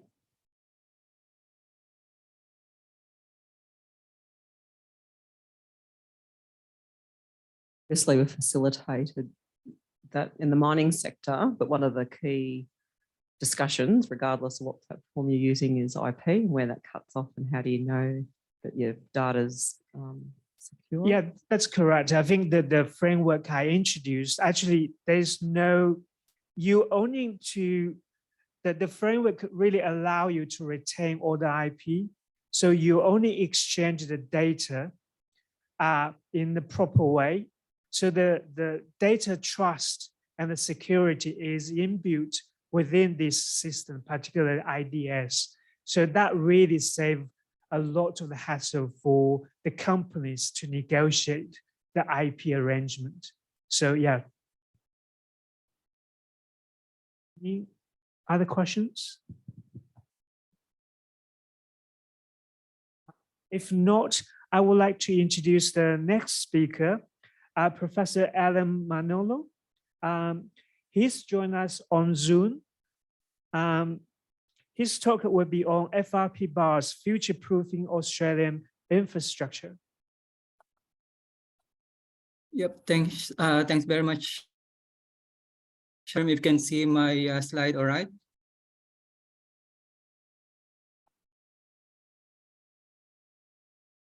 Yep. So good morning, everyone, and thanks for participating.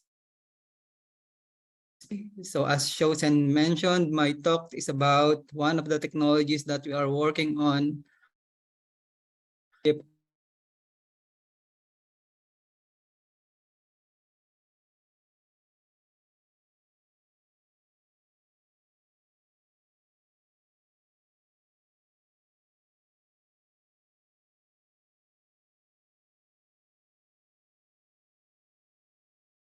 So we are using this technology to future-proof Australian infrastructure.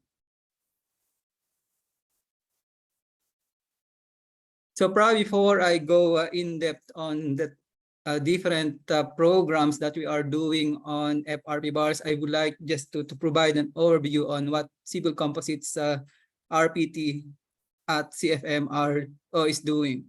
Obviously, our project, we are working with a number of industries as well as asset owners to advance the use of composites in civil engineering and construction. So our project focus on the following: FRP bars. We are also using FRP for composite bridges. You probably have heard about the presentation from one of our industry partners regarding the polymer sleeper development. We are also using composites for repair and rehabilitation, looking on the durability and long-term performance of composites as well as in building and construction. But as I mentioned, my talk will be focusing more on FRP bars. So what's the need for GFRP bars? So in that recent report published by AUSTRAK, what they have found is most concrete bridge infrastructure in Australia starts to deteriorate only after 30 years in service. So this is because of steel corrosion of steel reinforcement, and keeping in mind that those bridge infrastructure are designed to have at least a service life of 100 years. So the cost in repairing and replacing associated with steel corrosion in Australia is estimated at 13 billion per year.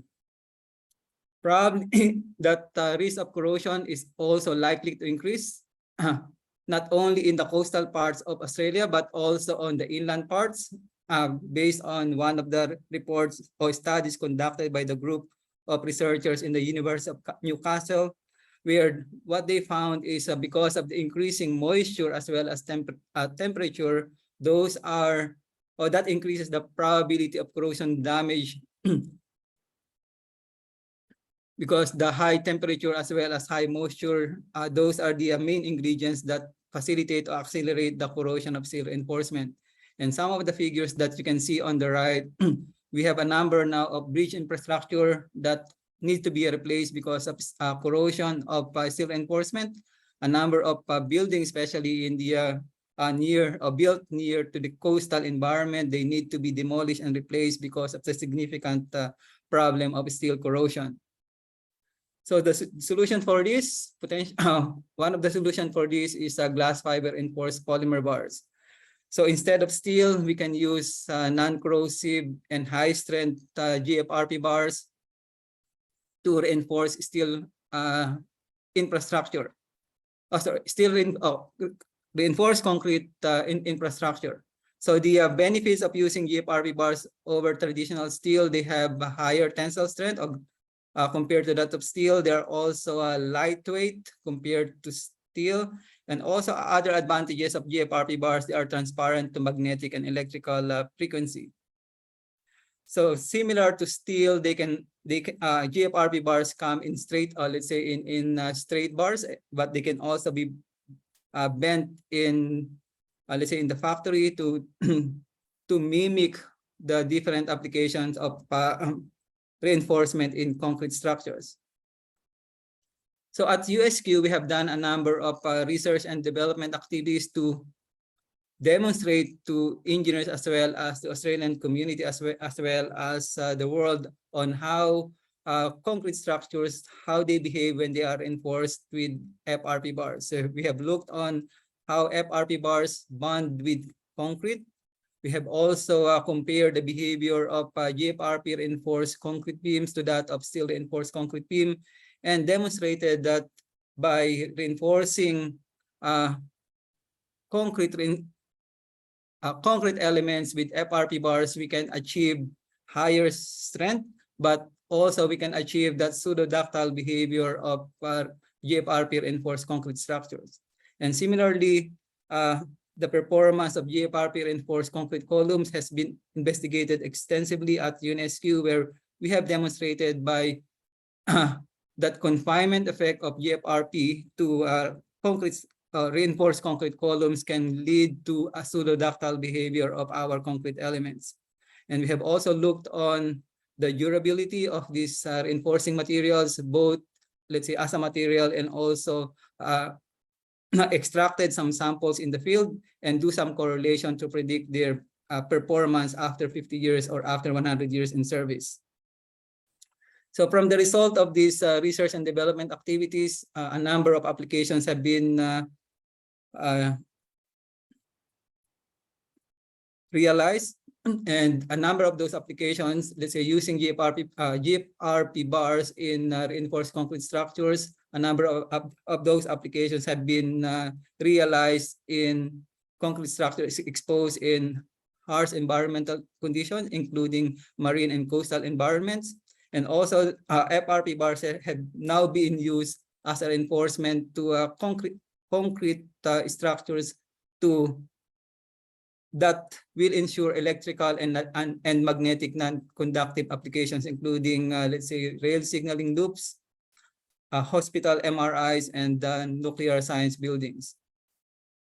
So some of the examples of those applications, just in Toowoomba, that annex extension of the Toowoomba City Hall GFRP bars was used there because this particular extension is very close to ergon transformer, and that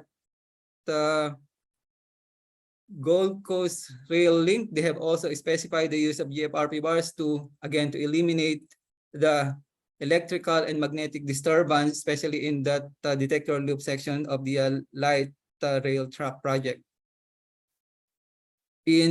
Wagner's have utilized GFRP bars as well in the construction of that Pinkenba Wharf in Brisbane. So in this particular project, they have utilized 152 tons of GFRP bars as a component for their precast geopolymer concrete deck, as well as that building in the University of Wollongong, that molecular horizon building. Over 50 tons of GFRP bars was utilized, not only to minimize or eliminate corrosion problem, but because this particular building will house multi-million very sensitive test equipment, and because of that electromagnetic neutrality of GFRP bars, they have implemented or specified the use for this particular project. In collaboration with the Queensland Transport and Main Roads, especially the Maritime Safety Queensland Department of TMR, we have redesigned their precast boat ramp planks with GFRP bars. So as part of this project, we have also monitored and do that observation on how effective GFRP bars can be used for this type of maritime infrastructure, not only, let's say, in terms of structural performance, as well as how it benefits, let's say, the manufacturing or the workers. And the figure on the left shows that we have observed that by using GFRP bars, we can minimize handling, or let's say the number of laborers in assembling as well as handling the GFRP bars because of their lightweightness. So we can eliminate the use of forklift as well as skilled operator, because obviously if you're using heavy galvanized steel, then they are heavy and they cannot be manually handled by laborers. But with GFRP bars, they can manually handle both during assembly as well as during fabrication. And from the result of our, let's say, lab experimentation, we have proved that if we can engineer that boat ramp planks and reinforce with GFRP bars, we can achieve higher strength infrastructure, but with longer durability. And because of these benefits, TMR has now specified the use of GFRP bars in most boating planks infrastructure that will be built in Queensland. And a number of these projects have now been implemented throughout Queensland, including that park and parade boat ramp plank in Mooloolaba Sunshine Coast. So because of that successful project in collaboration with TMR, so we have now a 3-year collaboration with the Maritime Safety Queensland to exploit the benefits of GFRP in boating and marine infrastructure. So we're looking on using this non-corrosive reinforcing technology in their floating walkways, as well as we are exploring the use of GFRP bars in pontoons, looking also on the application of this reinforcing technology in floating walkways, jetties, also in rehabilitation and marine infrastructure, as well as the use of this reinforcement for precast marine piles. So part of this collaborative project, we have demonstrated the use of FRP bars as a non-corrosive reinforcement to approach slab, as well as a boat piled boat ramp plank. So that figure on the left, so this shows that actual exemplar project that we have implemented with TMR, where we have also monitored the construction as well as the infield performance of this GFRP reinforced concrete structure. So the one on the right is a concept design for that piled boat ramp at Curmine Beach, where we are still waiting for the approval from the council to have to make this project a reality. So other opportunities, we are also discussing with ARTC on the application of GFRP reinforced concrete elements in tunnels and rail infrastructure, because in this particular infrastructure, there are significant challenges in making sure that this structure will last at least for 50 years, if not for 100 years, because of those significant or severe environment, let's say through those fumes from diesel powertrains, as well as the problem of stray current corrosion in electrified train systems. And since, especially for tunneling, we are working on aggressive soils, high moisture and seepage. And obviously, if we're going to use normal steel reinforcement and corrosion will be an issue, this will be a costly maintenance for this type of infrastructure. So other applications that we are discussing with and exploring with asset owners, including transport and main roads, is the application of GFRP bars for road bridges and other critical infrastructure, obviously to eliminate the problem of corrosion. Some of this is on concrete culverts and link slab, relieving slab for bridge approaches, and that protective seawall infrastructure, which one of our postdoc is working on, working closely with the Sunshine Coast City Council as well as the Gold Coast City Council to develop an innovative seawall infrastructure reinforced with GFRP bars. We are also working, or USQ is also leading the development of standards and specification for GFRP bars. So we are working with a number of organizations to make these, let's say, standards published. So at the moment, the standard is now being, or the draft standard is now being written, and we're hoping that by the end of, before the end of this year or early next year, this will be out for public consultation. So since, let's say, designing of structures reinforced with GFRP bars is not included in any program in any Australian university, what we do is we provide education and training both to our undergraduate students as well as practicing engineers. So we have a course at USQ, CIB 8803, which talks about the mechanics and technology of fiber composites.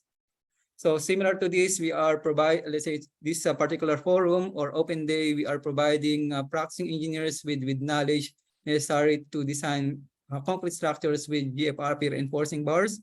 And we are also collaborating and assisting one company based in South Australia in designing or developing a design software for FRP reinforced concrete structures. I think that's really what I would like to share about this particular research program that we are doing in civil composites. I'm happy to answer, let's say, 1-2 questions from the participants. Thank you.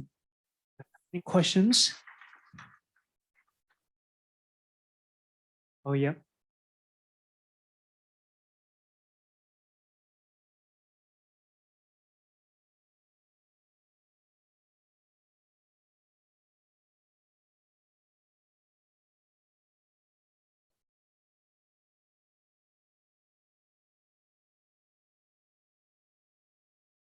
Alan, can you hear him?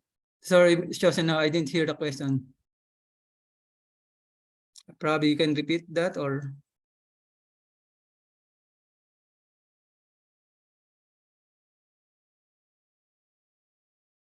No, you can use mine.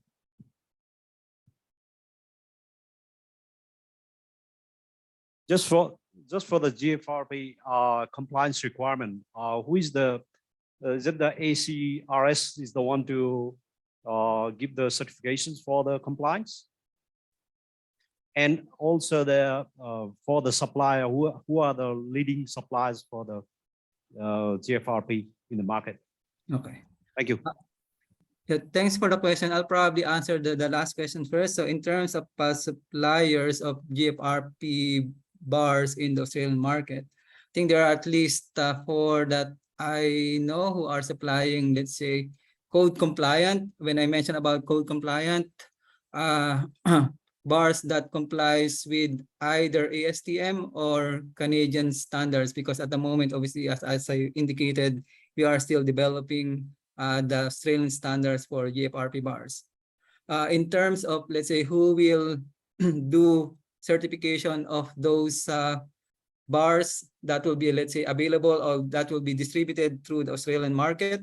So as part of that standards development, there's a section there on how a supplier or a bar manufacturer can demonstrate that they comply that let's say the physical, mechanical, and durability properties of GFRP bars. So it's not through ACRS, but this is probably more on it's more about third-party certification. So let's say it can be through a university who have expertise as well as facilities to do those quality assurance testing, or it can be more of those not accredited testing laboratory. Thank you. Any other questions for Alan? If not, we're moving to the next program. Is a 1-minute talk. So every researchers you might have seen in the room that we already lined up, everyone only have 60 seconds to give you a talk on their research for 3 or 4 years. So that could be very exciting.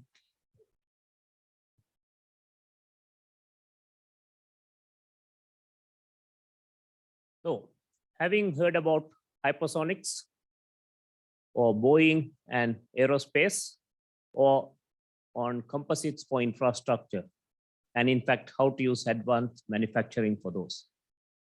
So those are the things as engineers and as suppliers and as users we look at.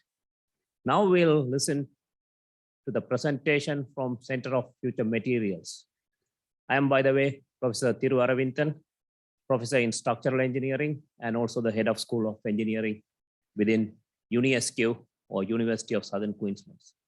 So today, we'll see the young researchers who is going to pitch through their 1-minute pitch on what they have been doing, how our Center for Future Materials has been researching and developing on materials for the future, or how the materials are to be used in future. So let's welcome our presenters. Let's give a big round of applause. Thank you.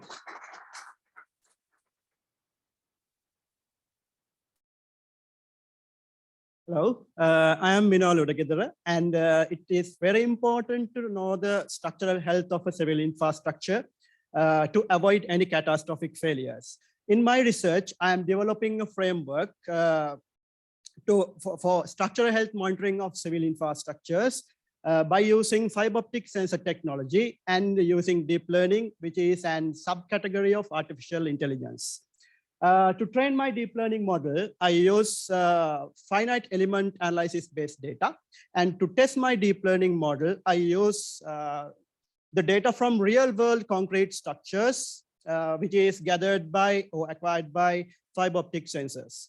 My model is expected to be more accurate and robust when compared to other methods, and increasing the safety, and finally increasing the safety and well-being of the people as the outcome. Thank you.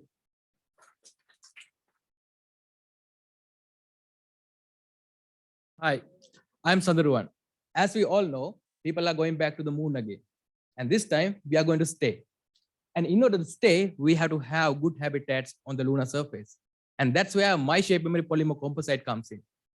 My SMPC is durable, deployable, lightweight, and it is cost effective. And the main research hypothesis behind my project is to fabricate the structural components using this shape memory polymer composite on Earth and fold them to take less space in the payload fairings of the rockets, send them to the moon, and then deploy or recover them over there and construct the habitats on the lunar surface. And for this, right now, we are developing a shape memory polymer composite incorporating cyanide esters and epoxy-based shape memory polymer composites. Thank you.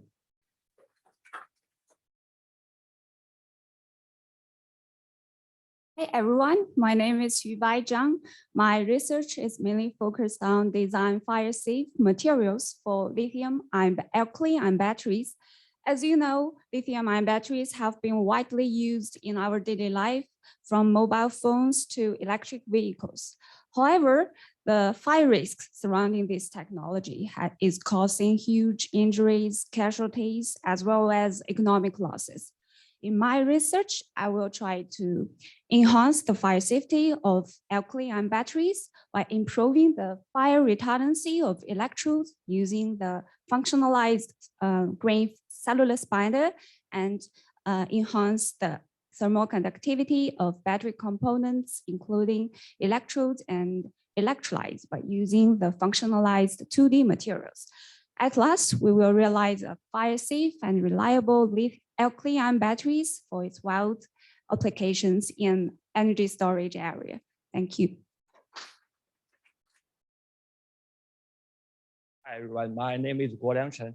My research is focused on high temperature proton conductive composite membranes. As we know, the fuel cell can directly produce electricity with an electrochemical reaction. Hydrogen reacts with oxygen and produce water. And the proton change membranes, which only allow the transfer of protons in the heart of fuel cell.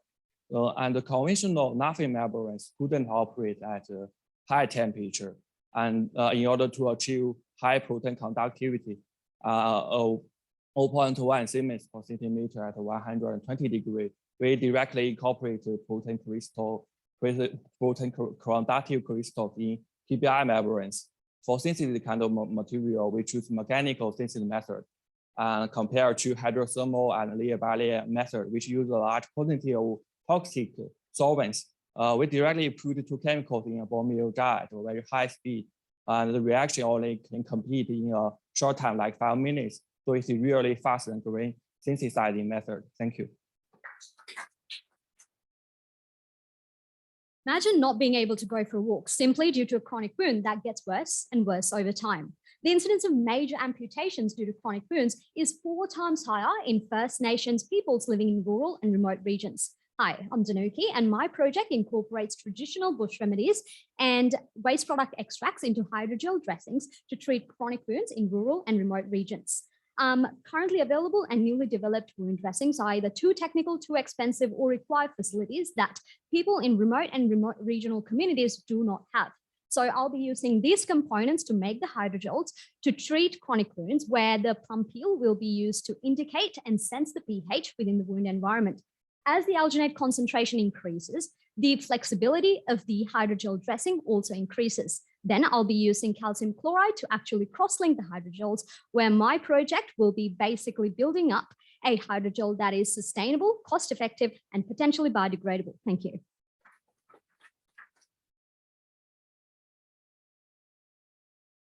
I am Janita. Plaster of Paris and fiberglass materials are more popular in orthopedic, which used to protect and immobilize fractured bones until they get healed. However, these materials have many disadvantages as well. Therefore, I synthesized bisphenol A-based shape memory polymer smart material named Ortho+. Ortho+ is less weight, has less setting time, easy to apply. The process is much cleaner and quicker. In number 2, I demonstrated low volume leg cylindrical cast using Ortho+ in less than 10 minutes. Ortho+ offers some unique features as well. During the process, there is no any chemical reaction. Orthopedic technician can form this material into any complex shape, and it's possible to control undercast pressure. Most importantly, Ortho+ can reuse after disinfection. Therefore, I believe Ortho+ will be a good candidate for next generation orthopedic material. Thank you very much. I'm Jaini Anrangi. My research topic is structural energy storage composite. Here, my objective is to incorporate energy storage capability to the structural composite. So this kind of energy storage composite are suitable for many engineering applications, such as we can replace the body panels of vehicles by using this energy storage composite, as well as we can replace the bricks of the buildings using this energy storage composite. So in my research, main focus was structural energy supercapacitor functional structural composite, because it has laminated structure. When I developed the electrode, I used the graphene coated carbon fiber layers. So after fabricating the structural supercapacitor, I evaluate the electrochemical properties. So according to my research, I calculated that around 2 watt-hours per square meter energy I can store in my composite. Thank you.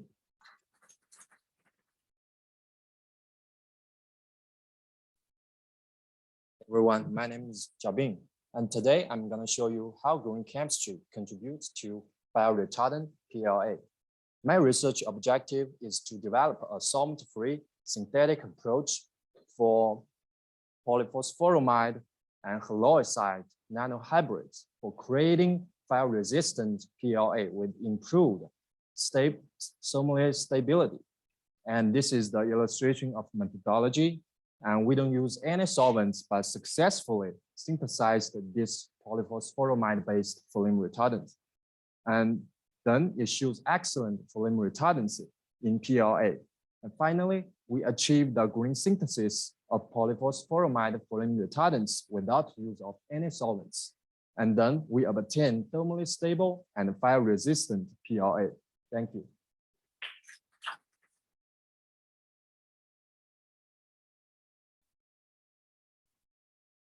Morning, ladies and gentlemen. My name is Dr. Leila Javazmi, and my research focusing on developing a new prototype composite using graphene nanofiber sensor for smart health monitoring of infrastructure.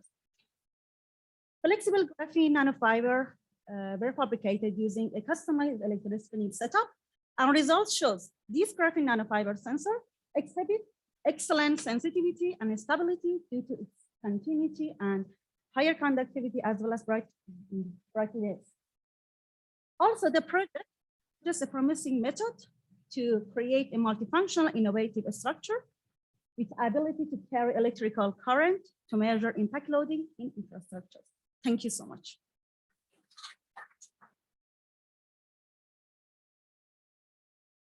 Hello, my name is Molly, and I'm researching dielectric Cure monitoring methods for thermoset composites. For this, I am working on a precise and accurate method of correlating the dielectric parameters to the polymerization reaction of an epoxy carbon fiber composite that's about 2 centimeters thick. This addresses 2 of the main challenges we have within aerospace process monitoring, which are we're either monitoring indirectly, so looking at temperature, which doesn't necessarily relate to material property development, or we're only monitoring at one specific plane of measurement and we're neglecting what's going on through the thickness of the part. The outcomes of this research are validating this through thickness dielectric sensor and identifying the limitations and capabilities of dielectric analysis, with the ultimate goal of developing a new direct monitoring technique, which could be used for certification and quality acceptance of aerospace structure. Thank you.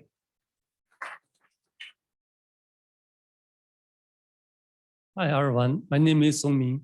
My research is about experimental and numerical study on defects or part-treated composites. These defects in this research include fiber misalignment and non-uniform fiber distribution. These defects are very common, especially for thick composites, which will affect the mechanical performance. A new method is developed to correct these defects. The benefit is that it can give us a quick estimate on mechanical performance and give us an exact input to FEM model to help us establish the relationship between these factors and the defects. Then these factors can be optimized during the early design stage to produce defect-free products. Okay, that's all. Thank you.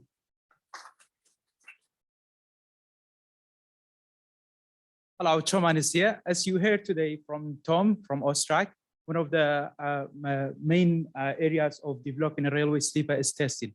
Therefore, I'm presenting a novel bending test method for railway sleepers. And the objective is basically to develop a testing method that predicts the behavior of or in situ behavior of polymer sleepers. As you can see from figure 1, a railway sleeper under positive and negative bending moment, which creates this W shape. However, the current testing standard doesn't consider this bending shape and requires many tests to achieve that. Therefore, I'm presenting 5-point bending test where you can see a W shape is obtained. And the second photo shows the actual photo of the test where you see a timber sleeper failed with a DIC strain mapping and the failure mode shown in the bottom. So the outcome of my research is that this testing method is useful to all sleeper types and materials. Therefore, it saves time, effort, and money. At the same time, we can apply realistic bending moments as well as shear force. Thank you so much. Hello, everyone. This is Hadi, PhD student in geotechnical engineer at CFM. Reinforcing elements such as rock bolts and cable bolts are common techniques to improve the stability of underground spaces such as underground mines and urban tunnels. These elements are usually anchored using unsaturated polyester resin, and the behavior of these systems may be affected in higher temperature. This is very important due to the safety of this environment in the presence of fire or combustion. In this research, we conducted a comprehensive experimental study to evaluate the behavior of this system in higher temperature. By conducting several plot tests, it was concluded that the axial behavior of these elements decreases significantly when the temperature of the environment reaches to around 50 to 65 degrees. Thank you.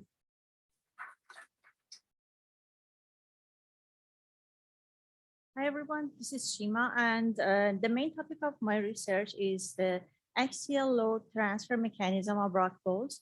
I'm conducting some skull and bolts large scale tests using the pull-out tests, and I'm about to investigate the effect of adding fly ash to the grout and find out what happens to the strengths of the grout.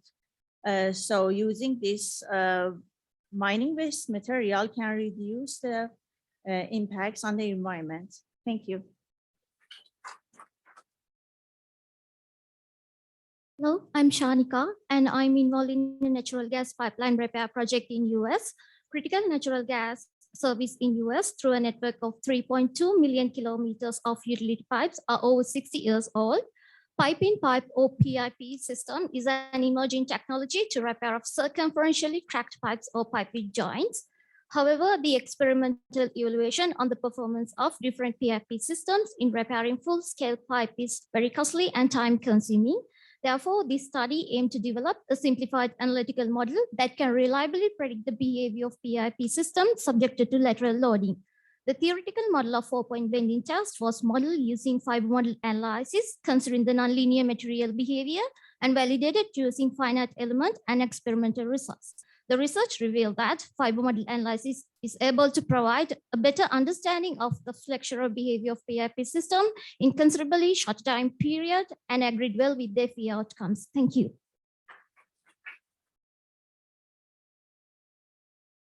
Hello everyone, this is three things. I'm researching on the edge effect of the hose pipe on the PIP under internal pressure. And after a long time in service, the hose pipe can be corroded and doesn't have the full strength. So the PIP will bear the full load and has the high stress concentration at the broken edge of the hose pipe. We use the finite elements to simulate different scenarios with different materials and loading conditions, the crack edge as well. The two significant findings are the stress concentration can get up to 30% high and can undermine the design life. And the high strength material property proven to be effective in the stress concentration relief. Thank you very much for your attention. Hello, everyone. My name is Hamid. Mr. Ahmad Salah was not feeling well today, so I'm presenting on his behalf. The topic he's working on is the development of analytical and numerical models to evaluate the impact of axial thermal stresses on the performance of pipe-in-pipe repair systems used for the rehabilitation of gas pipelines. This project is sponsored by the United States Department of Energy, and the developed analytical and numerical models can assist the designers and the developers in providing safe and efficient PIP repair systems that the pipeline industry urgently needs. They can also replace the expensive and time-consuming experimental procedures. Thank you.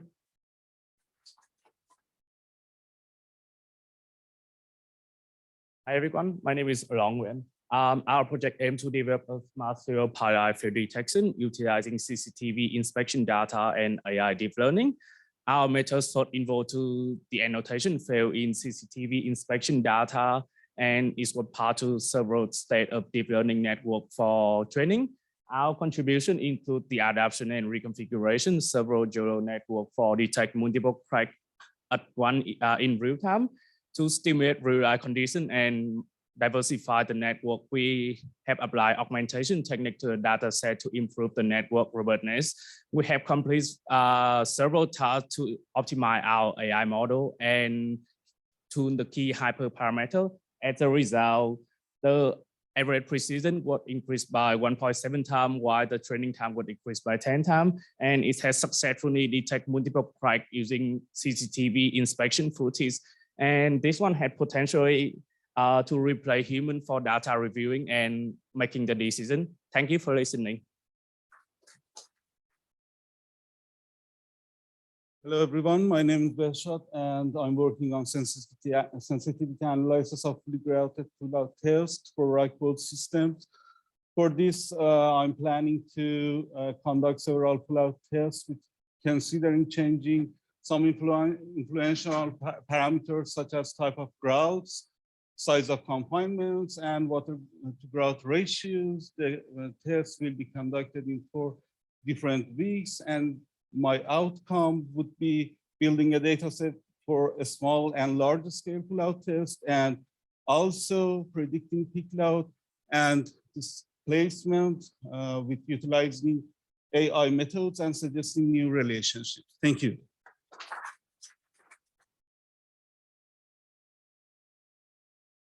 Hello, everyone. It's me again, Hamid. Recently, I have applied for a capacity building grant, and if successful based on this grant, I will focus on the analysis of fiber composites for a sustainable and climate resilient navigational aid structure. Currently in Queensland, these structures are made of steel, which has a huge corrosion problem in an aggressive marine environment, costing Queensland government over $4 million per year for the maintenance of these infrastructures. Replacement of steel with FRP composites will eliminate the expensive maintenance activities. But before doing that, we need to evaluate the performance of an FRP composite navigational aid structure subjected to sea waves, currents, wind, and small vessel impacts. That is the main objective of the proposed research project, which can be extended in near future to a partnership with Wagner's and Queensland Department of Transport and Main Roads for future grant applications. Thanks again.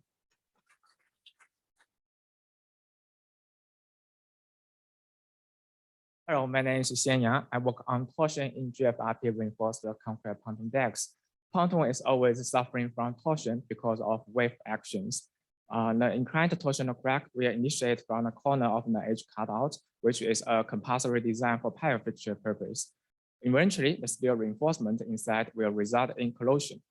GFIP reinforcement can permanently eliminate the corrosion issue in this case.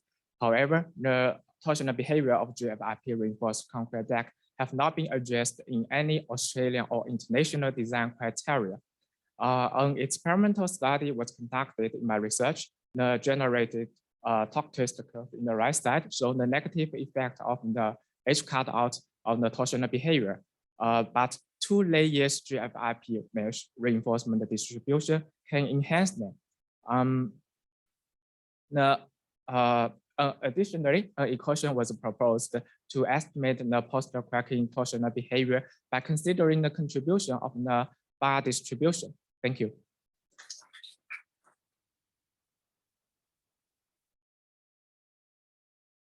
Good morning, I'm Adrian Rex. Now, concrete is a ternary mixture of aggregate, cementitious materials, and water. The aggregate properties, chemical, physical, and mechanical properties, all have a significant impact on the performance of concrete. And all these properties also vary, both between quarries, within a quarry, and even within a batch. Probably the most important properties of aggregate is how the aggregate particles pack together. And this packing of particles is dependent upon the shape, size distribution, and size. And these are difficult, if not impossible, to control, and certainly very difficult to reproduce. The aim of this project is then to develop a model aggregate to assist in improving the reproducibility of testing and research into concrete, a model aggregate whose properties, and in particular size and shape, are reproducible. Thank you.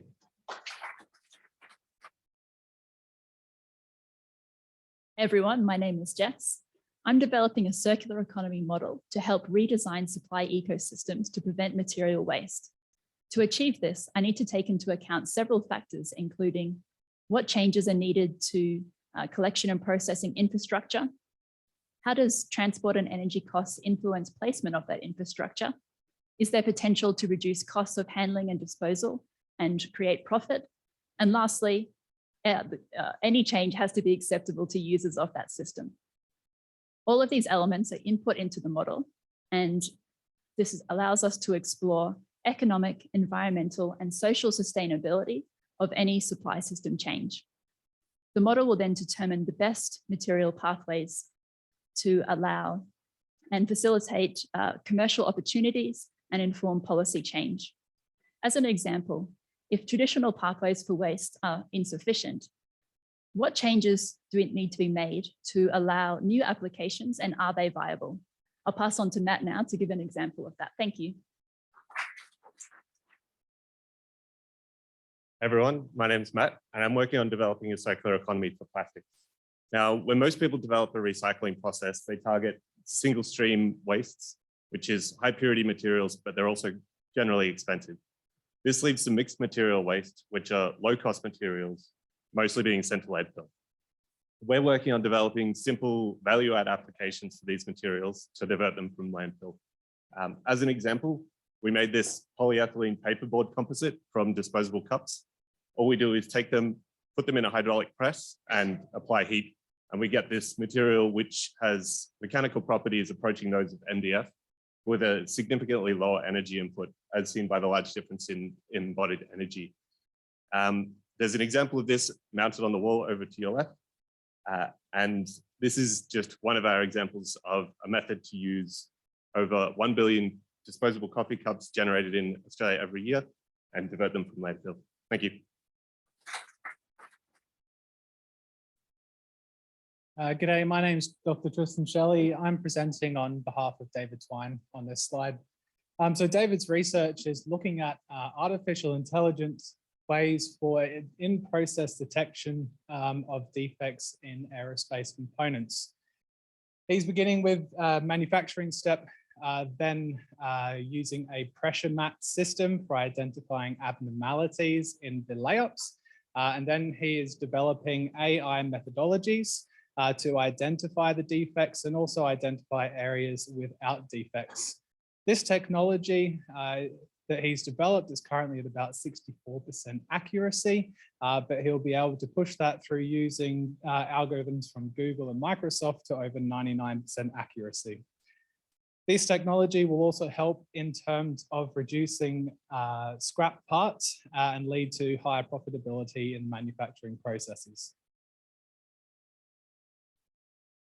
Changing gear a little bit, the Institute for Advanced Engineering and Space Sciences, within which CFM is a part, has recently been awarded the iLaunch Hub, which is a large pot of money from the Australian government for accelerating the national manufacturing priorities, of which space is one of those.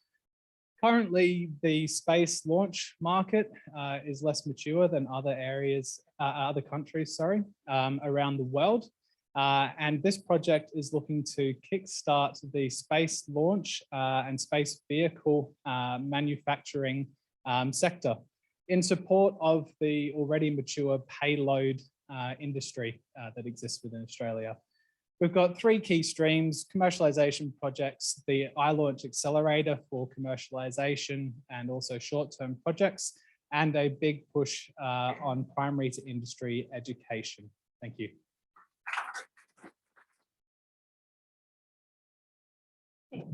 Hi everyone, I'm Polly Berry. I'm one of the theme leads within the centre. I'd like to again thank all our speakers. I'm going to get them to come on the stage and we're going to get a nice photo of everyone. So these guys have been practicing really hard the last 3 weeks to make sure that all went smoothly.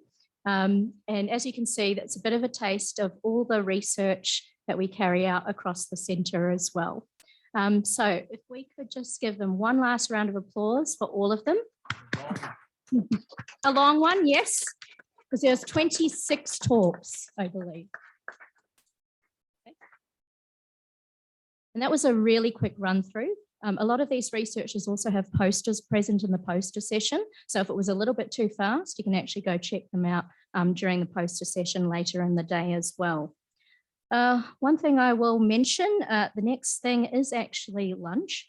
I will mention for the professional practice students, so those who are enrolled in the Master of Engineering Science, for your lunch break, you are over in Allan Dixon. So when we break, you guys want to head over there to get your lunch. And then you can also head to the refectory to also check out the poster session during that time as well. And then after lunch, just as a quick note, we do have the lab tours. Xuesen, are we meeting here again before we go there? So for the lab tour, we're gonna collect our lunchbox from here, and then we move to the building. It's on the right corner there. It's called the R block. We have lunch there, and also we have poster display, and the two companies have the exhibition there, BAC and Sunlight. They have some display there, so go and have a look. We have a shuttle bus just outside our block, but we will have our students and researchers to guide you where to get the shuttle bus to our lab. Can you check the time? Yeah, so we've got the lab tours scheduled to start at 1 o'clock. Yeah, 1 o'clock. So we have time for lunch and have a look at the posters in our block now. The lunch and the drinks just behind this meeting room. So please queue up to collect your lunch. There will be vegetarian and non-vegetarian food at the back. Thank you very much. Yeah, and just a reminder, men students over to Allan Dixon for lunch.